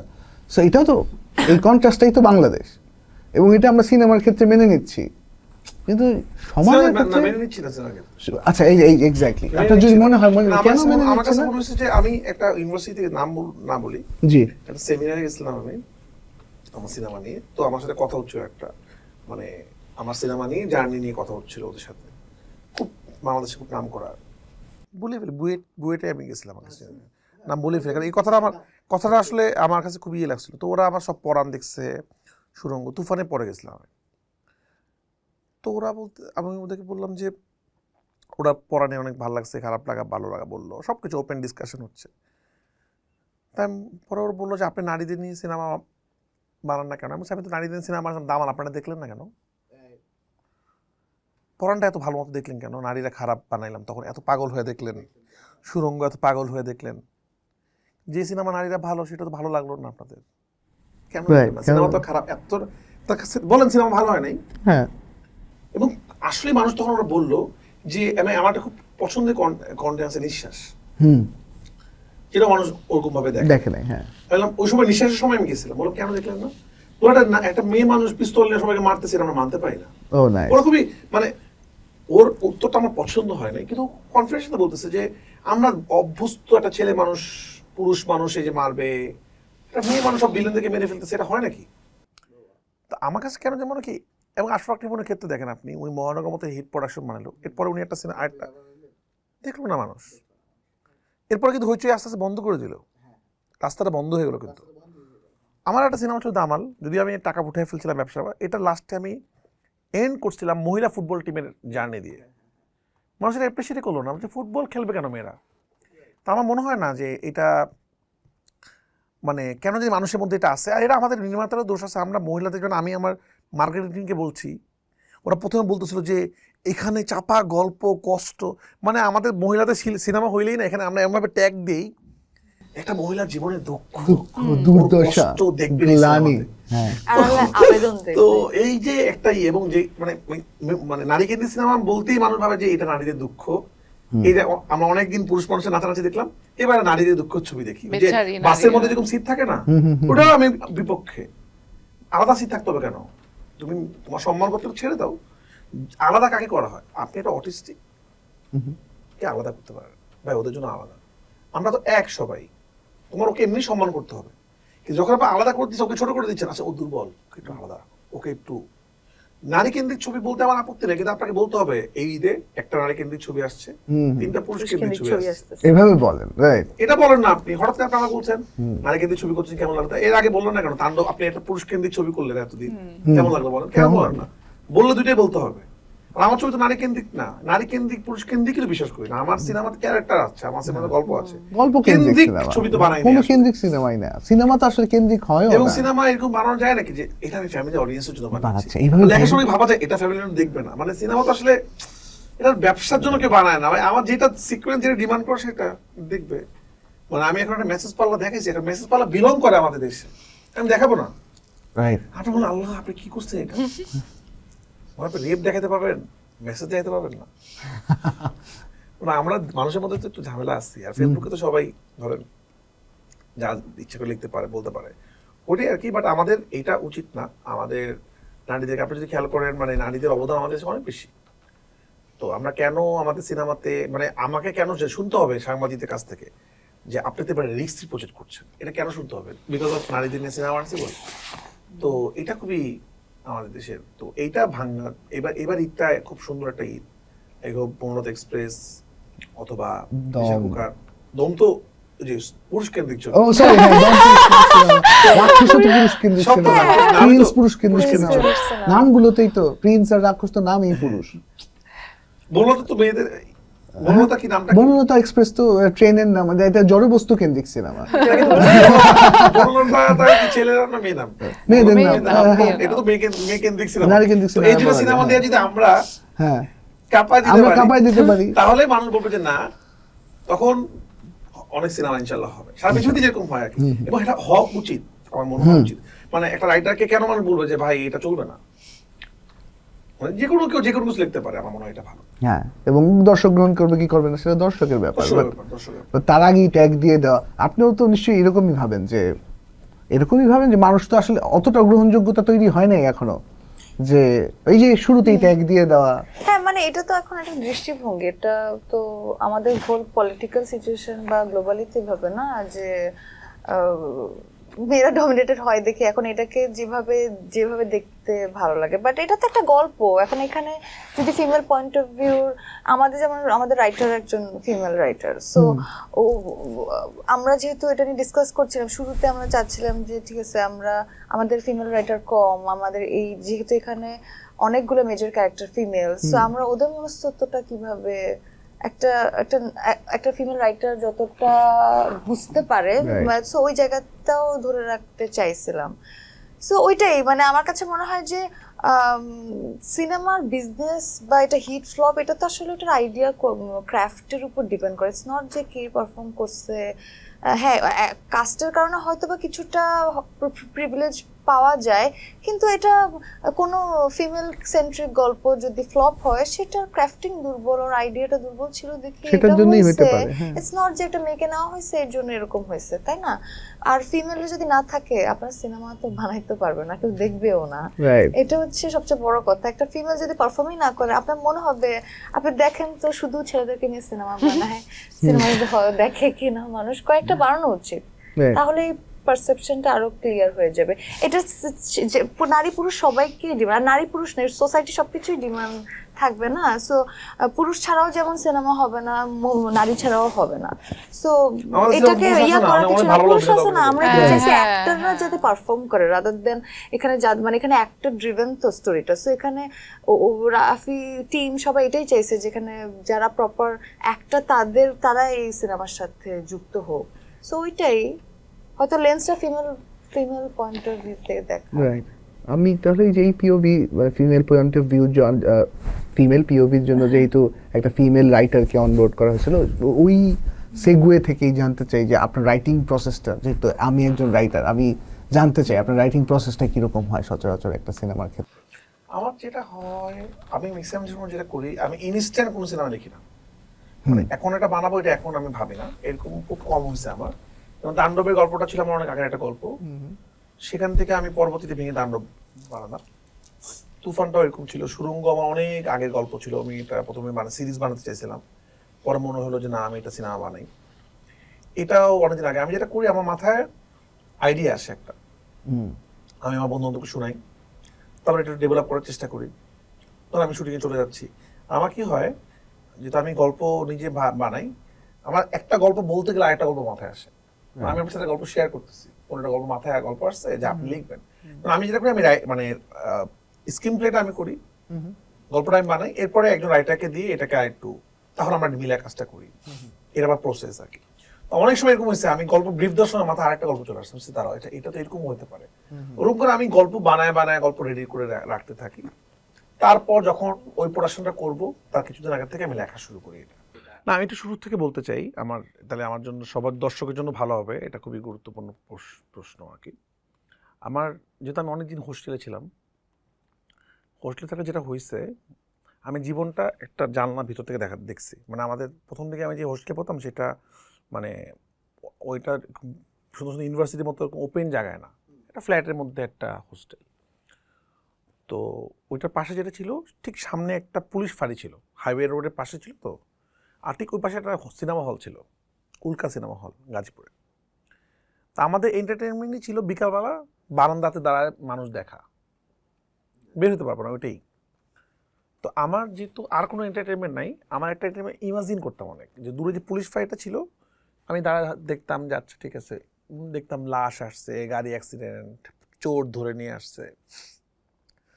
তো অনেক দূর, তো শুনতে পাইতাম না কি হচ্ছে, ছোট ছোট মানুষ দেখা যেত আর কি। তো আমি ইমাজিন করতাম যে আচ্ছা ওরা মনে হয় এটা বলতেছে, ওরা মনে হয় এই কেসেই আসছে, আচ্ছা ওরা মনে হয় গার্লফ্রেন্ড বয়ফ্রেন্ড, ওরা সিনেমা দেখতে যাচ্ছে, আচ্ছা ওরা মারামারি করতেছে কেন, মনে হয় এই ঝামেলা, ওরা হাজব্যান্ড ওয়াইফ। এরপরে গল্প ভাবতাম, এটাই একটা। এবং যখন আমি পড়তে বসতাম, এটা ভাবতাম আচ্ছা এটা মনে হয়েছে এরকম। ওই সময় থেকে আমার যে মানুষের জীবনে ঢুকা, মানে ঠাস করে গল্পে ঢুকে যাওয়া, মানে আমি আপনার কাছে দেখলাম, আমি ওইটা আপনার জীবনে ঢুকতে পারি, মানে ওইটা আমি পারি আর কি ঢুকতে, মানে ভাবতে থাকি আচ্ছা মনে হয় এটা হয়েছে। সবসময় যে হবে এরকম না, আমি এটা বলতেছি আমি এক্স্যাক্টলি জানি সে আসলে কী করে, কিন্তু আমি ইমাজিন করতে পারি ওর জীবনটা এরকম। ওই ইমাজিন থেকে আমার যেটা হয়েছে, আমার মধ্যে অনেক আইডিয়া আসে, গল্প আসে অনেক। আর আরেকটা প্র্যাকটিস যেটা হয়েছে আমার, সেটা হয়েছিল যে এটা একটা মজার কাহিনী, কিন্তু এটা আমার জীবনে অনেক কাজে লাগছে। ওই বিকালবেলা আমি আমার ফ্রেন্ডদেরকে সিনেমা গল্প বলতাম। তো আমার তখন থেকে ইচ্ছা ছিল সিনেমা ডিরেক্টর হবে, কারণ আমার যখন সিনেমা দেখতাম, ডিরেক্টর নামটা আসার পর মনে হতো যে আচ্ছা এই লোকটাই মেন যে সিনেমাটা বানায়। তো ওই সময় থেকে আমার 9-10 বছর থেকে আমার মনে হচ্ছে যে আমি ডিরেক্টরই হবো। টাইটানিক দেখে আমার জেমস ক্যামেরনকে কথাই মনে হয়েছে যে ওর জাহাজটা ডুবাইলো কীভাবে, শুটিংটা কীভাবে করলো, সাগরের মধ্যে করছে। আমার নায়কটাকে দেখে আমার কোনো রকমের ফ্যাসিনেশন কাজ করেনি। এবার যেটা হলো, আমি আমার বন্ধু থেকে প্রতিদিন সিনেমা গল্প শুনতাম, ওরাও শুনতো মজা করে। এখন আমি জীবনে তো সিনেমা কম দেখছিলাম তখন, কারণ যেহেতু মাদ্রাসায় পড়াশোনা করছি, সিনেমা দেখছি 100টা, এর মধ্যে গল্প তো 100 দিনই শেষ। এরপরে কি হবে? আমি যদি ওদেরকে বলি এই গল্পটা আমি বানায় বলতেছি, ওরা শুনবে না, কারণ ওদের ঠেকা লাগে না আমার গল্প শোনানো। ওদেরকে বলতে হবে আমি সিনেমাটা দেখছি কোথাও, তাহলে ওরা শুনবে। আমি ওদেরকে বানায় সিনেমা গল্প বলতাম, যে একটা গল্প সিনেমা দেখছিল, আসলে এরকম সিনেমা পৃথিবীতে নাই। ওই যে বানায় বলতাম, ওরা আবার খুব চালাক, সিনেমা গল্প 2 ঘন্টারই হইতে হবে। এখন এই যে 2 ঘন্টার গল্প থেকে আমার কনভিন্স, এবং আমি ইজ্জত বাঁচানোর জন্য গল্প বানাতাম, আচ্ছা ওদেরকে আজকে কী বলবো, আজকে এই গল্পটা বলবো ওদেরকে, এরকম করে গল্প বলতাম ওদেরকে। এটা আমার এখন ফ্রেন্ডরা অনেক সময় বলে যে ওই যে বলতো গল্প, ওই সময় থেকে আমার গল্প বলার একটা প্র্যাকটিস তৈরি হয়েছে। ইভেন আমার অনেক বন্ধু আছে যারা কিনা গল্প আইডিয়া ভাবে 1 লাইনের, আমি যে কোনো আইডিয়া ভাবলে অটোমেটিকলি এটা সিনেমার মতোই হয়। মানে আমার কখনো এরকম হয় না যে আচ্ছা এরপর কী হবে জানি না, মানে আমি গল্প ভাবলে এটা আলহামদুলিল্লাহ এটা 2.5 ঘন্টা বা 2 ঘন্টা একটা ফুল লেন্থই হয়।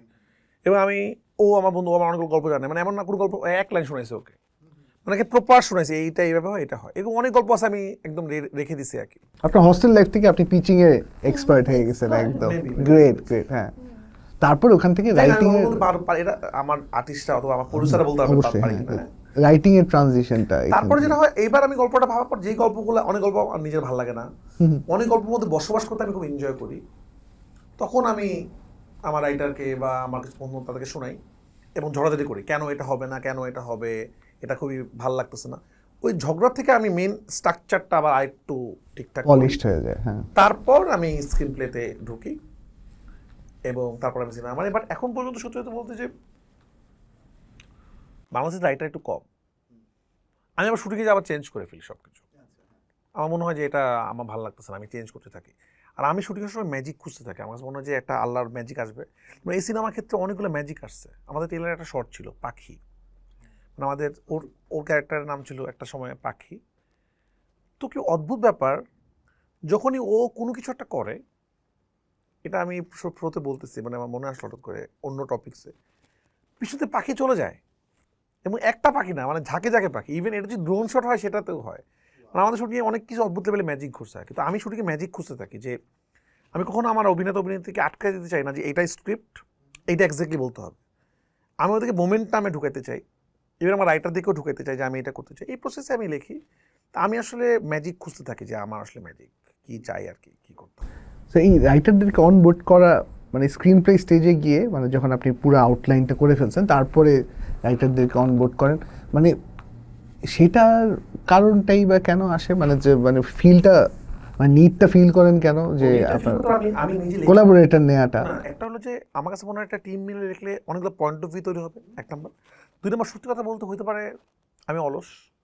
এটা হতে পারে, হ্যাঁ। আমি অলস, আমি যে ভাবি আমি যে ব্যক্তিগত পড়া অভিজ্ঞতা লিখবো, থেকে বলতে পারি, কিন্তু অনেকেই আছে আমি এরকম অলস। অলস, হ্যাঁ। মানে আমি কিন্তু আলটিমেটলি শুটিংয়ে যে অনেক সিনেমা হয়েছে, যে পুরো সিনেমা আমি ওই সিন যখন হয়েছে তখন শুট আমি লিখছি, লিখে লিখে শুট করছি। কিন্তু তারপর আমার মনে হয় আমি আবার লিখবো, পুরোটা লিখতে পারবো, ওই যে একটা কনফিডেন্ট। হয়তো আমি কোনোদিন একটা সিনেমা লিখে ফেলতে পারলে এটা হবে না, কিন্তু অবশ্যই যখন আমি কো রাইটার নেই, যখন অনেকগুলো মেধা একসাথে হয়, তখন তো অবশ্যই এটা ভালো জিনিস হয়। যেমন এটাও কিন্তু অনেকগুলো রাইটার একসাথে কাজ করছে। প্রথমে আমি ডেভেলপমেন্ট একজনের সাথে করছি, তারপর আমি আবার আরেকজনের সাথে আরেকটু কাজ করছি। তারপর যখন এটা চিন্তা করলাম সিনেমা বানাবো, তখন একটা ফিমেল রাইটারকে অনবোর্ড করলাম, সে তার মতো করলো, তার মতো একটা ডিজাইন করলো।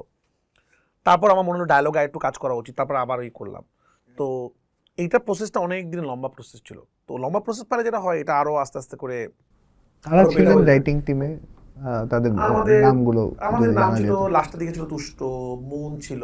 রাইট। প্রথমে আমরা ডেভেলপ করছিলাম, আমার অফিসে একটা ছেলে আমার সাথে চাকরি করতো, আদিত্য নামে একটা ছেলে, ও কাজ করছে শুরুতে আমার সাথে। তারপরে মুন ঢুকলো, মুন ঢুকে আমরা একটা ডেভেলপ করলাম। আহাদ নামে একটা ছেলে আছে, সে করলো। তারপর লাস্টে ঢুকলো তুষ্ট করলো। তুষ্ট করার পর আমাদের মনে হলো যে না, ডায়লগে আবার পুরোনো প্লেয়ারকে লাগবে। হ্যাঁ, তুষ্ট স্ক্রিপ্টটা লিখছে, তারপরে মুন আবার এসে হ্যাঁ, আবার ডায়লগ আবার একটু করলো। তো এইভাবে করেই তো ভেরি অর্গানিক প্রসেসটা আর কি, মানে এবং অনেক অনেক আমার কাছে মনে হয় যে এটা আসলে কি হয় যে, এবং আমার এরকম মনে হচ্ছে আমরা অনেক ঝগড়া করছি এটা নিয়ে, যে কেন এটা না, কেন এটা হইতে পারে, কেন এরকম হইতে পারে, কেন এরকম, আচ্ছা এটা হলে কেমন হয়। আর আমার ওই যে হঠাৎ করে একটা মাথায় একটা আসে, আজকে এটা ভাবছি, কালকে বলে গেছে আমার ভাবনাটা চেঞ্জ হয়ে গেছে, আমি এটা ভাবছি।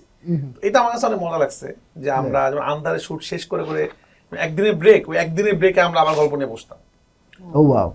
তো মানে এই গল্প নিয়ে আমি ভাবতাম এটা ভাবছি, এটা করছি।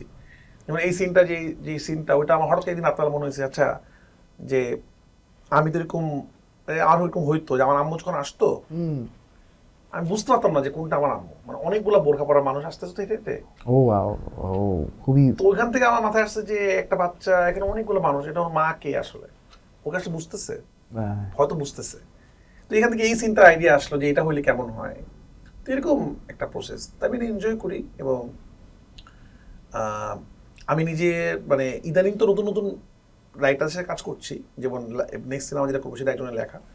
এখন আমার এটা আন্ধার করে মনে হয়েছে যে না, যে ডিফারেন্ট রাইটারের সাথে কাজ করা যায়। মানে আমি যাদের সাথে কাজ করছি ওটাতে আমি অনেক বেশি ডোমিনেট করছি। ডোমিনেট মানে কি, যে আমার স্বপ্ন তো, আমি এটা চাই না, আমার এটা ভালো লাগে না, বাট আমি এমনও কাজ করতে চাই, অবশ্যই আপনার সাথেও কাজ করতে চাই, যে আমি একটা স্ক্রিপ্ট পাবো যেটা মনে হবে আমার বই, মানে আমি এটা শুট করব।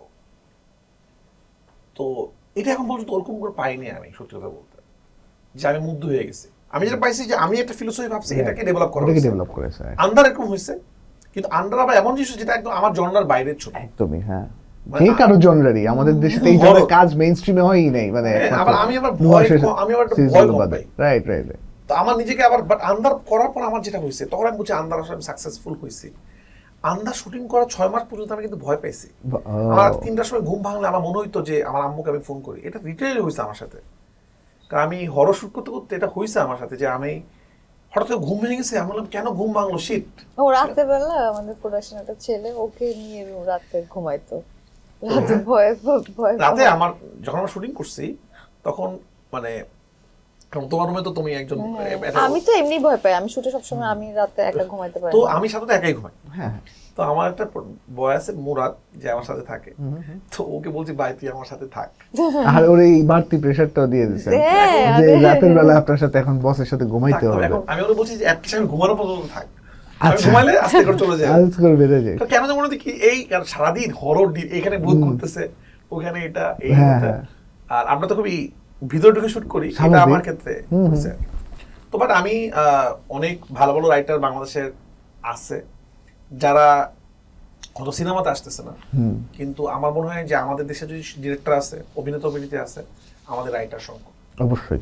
যেমন আমি মাঝখানে আমার কিন্তু আমার সিনেমা নিজের প্রডিউস করার কথা ছিল না, যেহেতু আমার প্রডিউসার আছে। আমার প্ল্যানই ছিল আমি বন্ধু বান্ধবকে বলছি যে আমি প্রডিউস করতে চাই নতুন নতুন ডিরেক্টরতে। মানে আমি কিন্তু প্রপার স্ক্রিপ্ট পাইনি অনেক ভালো।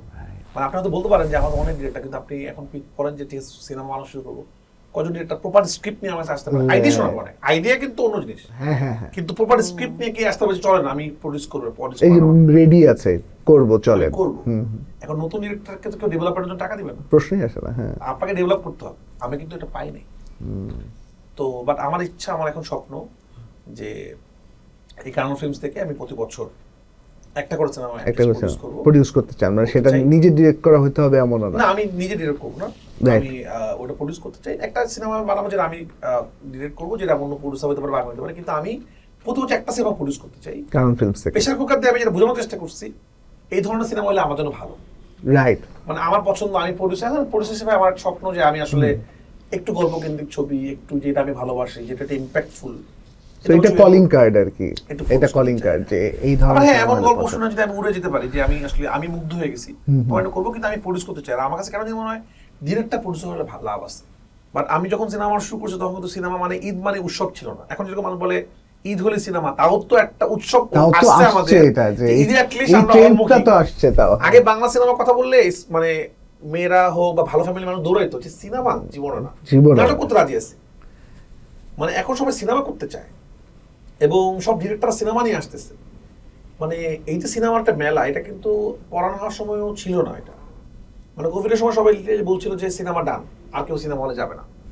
সেখান থেকে পড়ানোর পর আমি সুরঙ্গ মানে এই যে ব্যাক টু ব্যাক ঈদে এই যে টিকিট নাই এটা উৎসব তৈরি হয়েছে একটা। এই এখন সবাই সিনেমা নিয়ে আসতেছে, আমার মনে হয় এটা খুব ভালো। Right. বাট এটা ভালো এবং এটা আমাদের জন্য খুব ভালো যে আমরা অ্যাটলিস্ট আমার মানুষের তো যাওয়ার জায়গা নেই। আমি একটা বিশ্বাস করি স্বাধীন, আমাদের বাংলাদেশে 100 সিনেমা হল থাকতো, আমাদের সিনেমা 100 কোটি ব্যবসা করতো। হ্যাঁ নিঃসন্দেহে। আমরা যে মার্কেটিং যেটা করি, টিকিট নাই, পৃথিবীর কোথাও মার্কেটিং করে না। আমার ক্ষুধা আসছে, এখন কি বললে রেস্টুরেন্ট বললো হবে খাবার নাই, আমাকে খাবার দিতে হবে না, এখানে না থাকলে ওখানে যাবো। পৃথিবীর কোনো দেশে কিন্তু এরকম হয় না যে আমি সিনেমা দেখতে বের হয়েছি, সিনেমা দেখতে পারি না, এই হলে না পাইলে ওই হলে দেখবো, নাহলে পরে শো দেখবো। আমাদের হলে কি হয়, 7 দিনের টিকিট নাই। নাই 7 দিন পর ওর মেন্টালিটি চেঞ্জ হয়ে যেতে পারে, ওর অফিস খুলে যেতে পারে, আমরা কিন্তু দেখাইতে পারতেছি না সিনেমা। তো আমি বিশ্বাস করি যেভাবে উৎসব হোক, সুরঙ্গ হোক, অথবা পরাণ হোক বা হাওয়া হোক, অনেক মানুষ দেখতে পারে না এই টিকিটের কারণে। হ্যাঁ কারণ মানুষের এত সময় নাই, এত ঠেকাও নাই, সময়ও নাই, 7 দিন আগে টিকিট পাবে। এর মধ্যে যখন বেশি প্রেশার পড়ে ওদের ওয়েবসাইটটা হয়ে যায়, হ্যাঁ ওয়েবসাইট ল্যাগ করা শুরু করে, ডাউন হয়ে যায় সার্ভার। তো মানুষকে সিনেমা আমরা বলি সিনেমা মানুষকে সহজ করতে হবে সিনেমা দেখাটা। বাট আমরা আরেকটা জিনিস প্ল্যান করতেছি এবার ইনশাআল্লাহ, সামনে থেকে আমরা আন্ধারটা ঈদ ছাড়া নিয়ে আসতেছি। হ্যাঁ এটা খুব আমরা দরকার। আরো কিছু উৎসব তৈরি করতে চাই এছাড়াও এবং উৎসবের হবে। হ্যাঁ এবং সব খারাপ পেপার ভালো হয় না, আমার মনে হয় বাংলা সিনেমা খারাপ পেপার ভালো হচ্ছে, যেটা এইবার ঈদে দেখা যাচ্ছে যে ভালো ছবি প্রতিযোগিতা। রাইট। সো এই ভালো ছবির প্রতিযোগিতা থেকে আমি শেষ একটা প্রশ্ন করতে চাই। আপনার এক্সপিরিয়েন্স অ্যাজ অ্যান অ্যাক্টর, আপনার পুরো ফিল্মোগ্রাফি থেকে, আমি জানি এটা একটু বড় কোয়েশ্চেন হয়ে যাচ্ছে, যে যদি মানে ধরেন একটা নিউ কামার সিনেমা বানাতে চাচ্ছে বা ধরেন এক্সিস্টিং যারা আছে, আপনার পার্সোনাল এক্সপিরিয়েন্স থেকে যদি কোনো টেক অ্যাওয়ে সে নিতে পারে, যে আপনি ধরেন কথার কথা, আপনি তো অনেক ধরনের কাজ করলেন, মানে হাওয়া যেটা অনেক সময় নিয়ে বানানো, অনেক সময় পরে রিলিজ দেয়া, আবার আপনার প্রথম এক্সপিরিয়েন্সের পরেই আপনি ডিসাইড করছিলেন যে I am not a good enough actor, আপনার অ্যাক্টিংটা আরও হোন করে নিতে হবে, তারপরে আপনি আবার কাজে ফেরত আসবেন। আবার একই সাথে আপনি এমন কাজ করেছেন যেটা রটারড্যাম ফিল্ম ফেস্টিভ্যালে ঘুরে আসলো, মানে যেটা অবভিয়াসলি হাওয়ার সাকসেসের হিসেবে। আবার আপনি আন্ধারের মতো একটা হরর ফিল্ম করলেন, আবার প্রেসার কুকারের মতো একটা সিনেমা যেটা ঈদে সবাই মুখিয়ে আছে দেখার জন্য।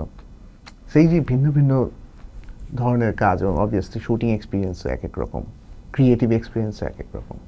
সো এখান থেকে মানে আপনি ফিল্ম মেকারদের উদ্দেশ্যে, ফিল্ম মেকার আমি এই সচেতনভাবে ইউজ করতেছি টার্মটা, যে যারাই ক্রিয়েটিভ প্রসেসে আছেন, ফিল্মের সাথে জড়িত, everybody is a film maker.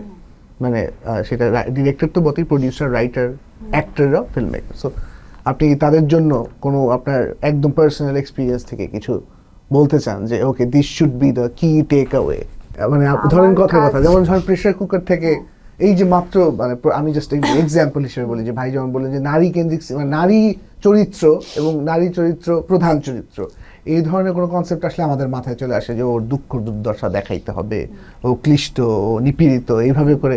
এটা ছাড়াও তো গল্প বলা যায়। এই যে পার্সপেক্টিভটা, এই ধরনের কোনো পার্সপেক্টিভ কি আপনি শেয়ার করতে চান কিনা, যে আপনার পুরা, কারণ আপনি তো টিপিক্যাল ওই জায়গায় কমার্শিয়াল বলতে যেটা বোঝায় ওরকম কাজ তো করেন নাই, যদিও কমার্শিয়ালি সাকসেসফুল কাজই করছেন, বাট সেটা আউট অফ দ্য বক্স। আমি যেটা চাই যে প্রথমত তো আগে যেটা হতো, সাফার করতাম as an actor, good script, character, তারপরে হচ্ছে যে তখন খুবই আসতো হচ্ছে যে রোমান্টিক গার্ল অর ওয়াইফ এরকম, অর ভালনারেবল, অর খুবই সেন্সুয়াল কোনো ক্যারেক্টার, এগুলো আসতো। সো ওইখান থেকে ওইটা আমার ভালো লাগতো না। আগে তো আমার ভালো লাগতে হবে, যেটাতে আমি প্লে করব, যেটা আমি না, যেটাতে চ্যালেঞ্জ ফিল করব, ওইরকম কিছু করতে চাইছিলাম। সো ওইটা এখন হচ্ছে, বাট আমি চাই যে আমি ফিমেল সেন্ট্রিক বলে কোট করতেছি না, যে ফিমেল পয়েন্ট অফ ভিউ। আমি চাই যে গুড ফিল্ম হোক যেখানে ফিমেল অ্যাক্টররা পারফর্ম করতে পারবে, বা ফিমেল পার্সপেক্টিভ ওইটা বোঝার, ওই আন্ডারস্ট্যান্ডিং এর কোনো কাজ হলে ভালো। বা আমি আসলে সত্যি কথা বলতে ফিমেলদের সাথে স্ক্রিন শেয়ার করতে চাই, যেটা আমার কাছে আমি সবচেয়ে বেশি আমার মধ্যে অ্যাট্রাকশন কাজ করে। আমার কাছে মনে হয় যে শুধুমাত্র ছেলে মেয়েকে কাজ করে, শুধু এভাবে প্রেমিক প্রেমিকা বা কাপড় হইতে হবে, আর তাদের মধ্যে আরো অনেক কিছু হইতে পারে। আমি দাদুর সাথে কোনো সিনেমা হইতে পারে, একটা বাচ্চার সাথে হইতে পারে, তাই না? মানে আমি আসলে ওই টিপিক্যাল স্টেরিওটাইপ থিঙ্কিং এর বাইরে এক্সপ্লোর করতে চাই। এমন কিছু শুনলাম যেটা মানুষ ভাবলোই না, এটা আমার মাথায় আসলো না, যে কোন একটা ক্যারেক্টার, ধরেন আমি বাতাসের সাথে অভিনয় করতেছি, সাপোজ আমার ক্যারেক্টার বাতাস, এই আমি এমন কিছু শুনতে চাই, এক্সপিরিয়েন্স করছি। ইটস নট অ্যাবাউট যে ফিমেল, মানে আমি আসলে বলতে চাই যে যেটা আমাকে অ্যাজ অ্যান অ্যাক্টর একটা অন্য ইলিউশন ক্রিয়েট করাবে, এরকম কিছু চাই। আর চাই, আমি যদি বলি যে আর চাই হচ্ছে যে ফিমেল রাইটার, এটা খুব, মানে রাইটার তো কম, তার মধ্যে ফিমেল তো নাই। ফিমেল বলতেছে কারণ যেহেতু আমি একজন ফিমেল, আমি তো অনেক কিছু আসলে ফিল করি যেটা রাইটিং এ থাকে না, যেটা অনেক মানে খুবই পুরুষতান্ত্রিক চিন্তা থেকে আসে। যতই মানে আমি বলতেছি না যে পুরুষ হলেই বোঝা যায় না, শারীরিকভাবে তোমার মেয়ে হইতে হবে, বাট কিছু জিনিস আছে যেটা আপনি অ্যাকচুয়ালি এই মানে, কারণ আমাদের তো অনেক হরমোনাল চেঞ্জ হয়, অনেক কিছু, এই জিনিসটা মুড সুইং হয়, এইটাই তো বুঝতে মানে এই জিনিসটাকে তো অনেক অন্যভাবে কোড করে দেখা হয়। আমি অনেক মিম দেখি যে তোমার পিরিয়ডের সময় তোমার এরকম থাকবে, তোমার ওইটা থাকবে, ইটস নট অ্যাবাউট দ্যাট, এটা তো আমার হরমোনাল একটা বিষয়। হ্যাঁ, সো এই জিনিসটা একটা মেয়ের সাইকোলজি, আমি যখন ফিমেল রাইটারদের সাথে গল্প করি, ও যতটা আমাকে বুঝে যায়, আমি না এটা পারি না, আমি যেটা মিস করি না, ওই জায়গা থেকে আমি বলতে চাচ্ছি ফিমেল রাইটার। আমি বুঝাইতে চাচ্ছি যে আসলে আমি চাই যে ওই যে বললাম বাতাসের সাথে অভিনয় করতে চাই, এখন বাতাসের গল্পটা থেকে লিখে না, ওইটা যদি শেয়ার করতে পারি, বা আমি যদি রাইটার হইতে পারি, তাহলে এটা আর কি ভালো। এটাই। আর এখন তো আমাদের ইন্ডাস্ট্রি অনেক গ্রোথ হচ্ছে, মানে মানে খুবই ভালো, সবাই এখন কাজ করতেছে, নতুনদের অনেক সুযোগ। আমার কাছে মনে হয় যে আমরা খুব ঠিকঠাক লাইনে আগাচ্ছি, আর তাড়াহুড়োর কিছু নাই, slow and steady, it's good, আমরা ঠিক আছি। আমাদের সিনেমা ইন্ডাস্ট্রি বরঞ্চ আরো লার্জ হচ্ছে এবং অনেক অপরচুনিটি তৈরি হইতেছে, এটা কন্টিনিউশন হওয়া দরকার। Thank you for such valuable insights. আর আপনার কাছ থেকে এইটুকুই জানতে চাই যে ডেবিউট্যান্ট অ্যাক্টর আপনি, so anybody who is an aspiring actor, তার জন্য আপনার কাছে কি মনে হয় যে what should be the best trajectory to get into this whole business of acting? কিভাবে আসা উচিত তার এখানে? আমার মনে হয় কি এই ফ্যাশন বলি বা ফিল্ম বলি, আমরা তো লাইটস ক্যামেরা অ্যাকশন গ্ল্যামারে থাকি সব সময়। তো এখানে এসে একটা ফিল্ম করলাম, 2টা র্যাম্প শো করলাম, 2টা ফটোশ্যুট করলাম, ইটস ভেরি ইজি, এটা করা যায়। বাট এখানে না মানে ভালো খারাপ 2টা আছে। এখন কেউ যদি এখানে এসে, যেমন আমি চিন্তা করি যে আমি এখানে নেম ফেম মানি 3টাই নিতে চাই, বাট এখানে যদি এসে আমি এখানে মানে হারাই যাই না, মানে আমি যদি এখানকার খারাপ জিনিসগুলো, প্রত্যেকটা জিনিসেরই ভালো খারাপ 2টা থাকে। সো আমার আমার মনে হয় যে প্রথম যেই জিনিসটা কারো করা উচিত সেটা হচ্ছে যে নিজের সেলফ কন্ট্রোল থাকা উচিত, যে আমি এখানে আসছি কাজ করতে, আমার রাইট ওয়েটা নিতে হবে। যেমন আমার কাছে রাইট ওয়েটা আছে, pressure cooker it's a very big film এবং রাইট ওয়ে। এখন এখান থেকে এটা করার পরে আমি যদি এটা করার পরে যদি আবার দেখা গেছে যে আচ্ছা ঠিক আছে একটা ফিল্ম করে ফেলছি, ওকে নাই, এরকম এইটা এইটা আসলে যারাই নতুন আসবে আমি এটা বলবো যে এটা হওয়া উচিত না। ওই সেলফ কন্ট্রোলটা রেখে প্রত্যেকের গ্রুমিংটা অনেক ইম্পর্ট্যান্ট, মানে গ্রুমিং ছাড়া কোনো কিছু সম্ভব না। অ্যাক্টিংয়ের গ্রুমিং আমার নিজের, যেমন রাফি আমাকে বারবার বললো যে, এখনও বলতেছে আমাকে যে তুমি প্রেশার কুকারের পরে এখন তুমি আবার নতুন করে গ্রুমিং করো, অ্যাক্টিং স্কুলে ভর্তি হও, এটা সেটা আমাকে সাজেস্টও করছে। সো গ্রুমিং, তারপরে আপনার নিজের কন্ট্রোল আর কি করতে চায় এটা অনেক ইম্পর্টেন্ট, যে আমি আজকে থেকে 5 বছর পরে আমি নিজেকে কোথায় দেখতে চাই, কি করতে চাই। মানে আমি না যখন একা একা বসে থাকি, ট্রেডমিলে হাঁটি বা গান শুনতেছি, আমার সাথে এরকমও হয় যে আপনি কথা বলছেন এখানে পুরো রুমে সবাই কথা বলছে, বাট আমি বসে চিন্তা করি যে আমি 2 বছর পরে নিজেকে কোথায় দেখতে চাই। তো এই প্ল্যানিংগুলো অনেক ইম্পর্টেন্ট, নিজেকে গোছানোটা খুব ইম্পর্টেন্ট। এইভাবে গুছায় যদি কেউ আগায় তাহলে সে এখানে অনেক দিন থাকতে পারবে। মানে অনেক বড় স্টার হওয়ার চেয়ে না মানে থাকাটা, এখানে সার্ভাইভ করাটাই অনেক ইম্পর্টেন্ট, কারণ প্রতিদিন অনেক মানুষ আসতেছে। তো টিকে থাকাটাই, লাইট ক্যামেরা অ্যাকশনে টিকে থাকাটাই অনেক ইম্পর্টেন্ট। যে অন স্ক্রিন থাকবে আজকে কালকে সে স্টার হয়েই যাবে, বাট একদম স্ক্রিন থেকেই হারায় গেল, ওইটাই কিন্তু এখানে সবচেয়ে বেশি হয়, আসে হারায় যায়, আসে হারায় যায়। তো ওইটার জন্য কিছু জিনিস মেনটেন করতে হবে, আমার কাছে মনে হয় সেগুলো মেনটেন করলেই anyone can do really better here. Great. গোছানো এবং মেনটেন করে চলা। আপনি বললেন, আমরা জানি যে আপনি পরিকল্পনা করে কাজ করতে পছন্দ করেন, সো আপনি জানেন যে 27 সালে আপনি কোন সিনেমা বানাবেন, 28-এ কি বানাবেন। এই কিছু কি আমাদেরকে ধারণা দেওয়া যায় আপনি এরপরে নেক্সট, যেমন বললেন যে আপনি একজন নতুন রাইটারের যার লেখাটা আপনার না এরকম একজনের সাথে কাজ করতে যাচ্ছেন, সেটা সম্বন্ধেও বা যেটা আপনি ফ্রি টু টেল আস যে আপনি নেক্সট প্রজেক্টগুলো, কারণ রায়হান রাফির কাজ সম্বন্ধে সবাই জানতে চায়। সেটা সম্বন্ধে বলা যাবে না, সেটা নিউজ সামনে হইলে সবাই জানবে।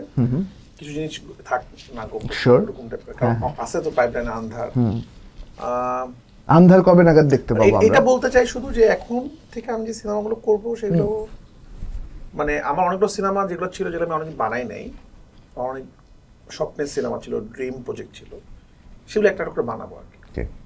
তো ওটাই মানে প্রেসার কুকারটা দিয়ে আসলে আমি আমার ওই যাত্রাটা শুরু করছি। এরপরে আসলে যে ছবিগুলো আমি বানাবো সামনের যে ছবিগুলো, সেগুলা আসলে অরিজিনাল রায়হান রাফি সিনেমা হবে আসলে। সেটা তুফান 2 হইলেও সেটা ওইরকম রায়হান রাফির তুফানটাই হবে, মানে সেটাতে দুষ্ট কুকিলটা থাকলেও রায়হান রাফির মতো দুষ্ট কুকিল গান গাবে, এবং সেখানে সৈয়দ নাজমুস সাকিব আর বলতে পারবে না যে ভালো লাগে না। ভালো লাগার খারাপ লাগা আমি খুবই আপেক্ষিকভাবে দেখি, এবং আমি খুবই পছন্দ করি। অনেক ভালো ভালো ছবি আমার যেটা ভালো লাগছে, অনেক ভালো লাগে নাই, কিন্তু ওই যেটা বললাম যে আমার তৃপ্তিটা পাবো আমি। যেমন সুরঙ্গর আমার অনেক তৃপ্তি, আমার অনেক পছন্দের ছবি, কিন্তু আমার একটা অপ্রাপ্তি আছে। সুরঙ্গের গান ছিল টাকা টাকা, ওটা আমি এমনি শুট করছিলাম, দরকার ছিল না। নাইস। ওটা আমার সিনেমাটাকে নষ্ট করছে। Okay, thank you for saying that. হ্যাঁ, তো ওটা দরকার ছিল না। আমার মনে হচ্ছে যে একটা গান ঢুকাই দিই, 50 লাখ টাকা এক্সট্রা খরচ করি, আরো হিট হবে। তো আসলে ওই গান কোনো লাভই হয়নি আসলে। এক্স্যাক্টলি, কারণ সিনেমা চলছে শেষ পর্যন্ত গল্পের জোরে এবং পারফরম্যান্স এবং সবকিছু জোরে। ওই যে আসলো, আমার গান আসতেই পারে আমার সিনেমাতে, প্রেসার কুকার অনেক গান আছে, কিন্তু গানের জন্য গান আসবে আর কি, মানে একটা গান ঢুকায় দাও এখানে, আসলে এখানে এরকম করবো না। তো এরকম রিগ্রেট করতে চাই না সিনেমা বানায় আর কি। Great. Thank you so much, so thank you so much everybody Thank you. For thank you Thank ভালো ফর লাগলো। আমার আর খুব ভালো লাগলো, এরকম ডেবিউ সবারই হোক সেই কামনা করি আর কি আমি, এবং আমি প্রিটি শিওর আপনি ওইটাই বলবেন সিনেমা দেখে আপনার, যে আপনার মতো ডেবিউ সবার সবার হোক, সেই কামনা হ্যাঁ। করি। Thank you so much, and I will see you next time, really hope to see you next time. Thank debut you. উপস্থাপনা ভালো ছিল। হ্যাঁ তোমার review বুঝতে পারছি। ভালো ছিল।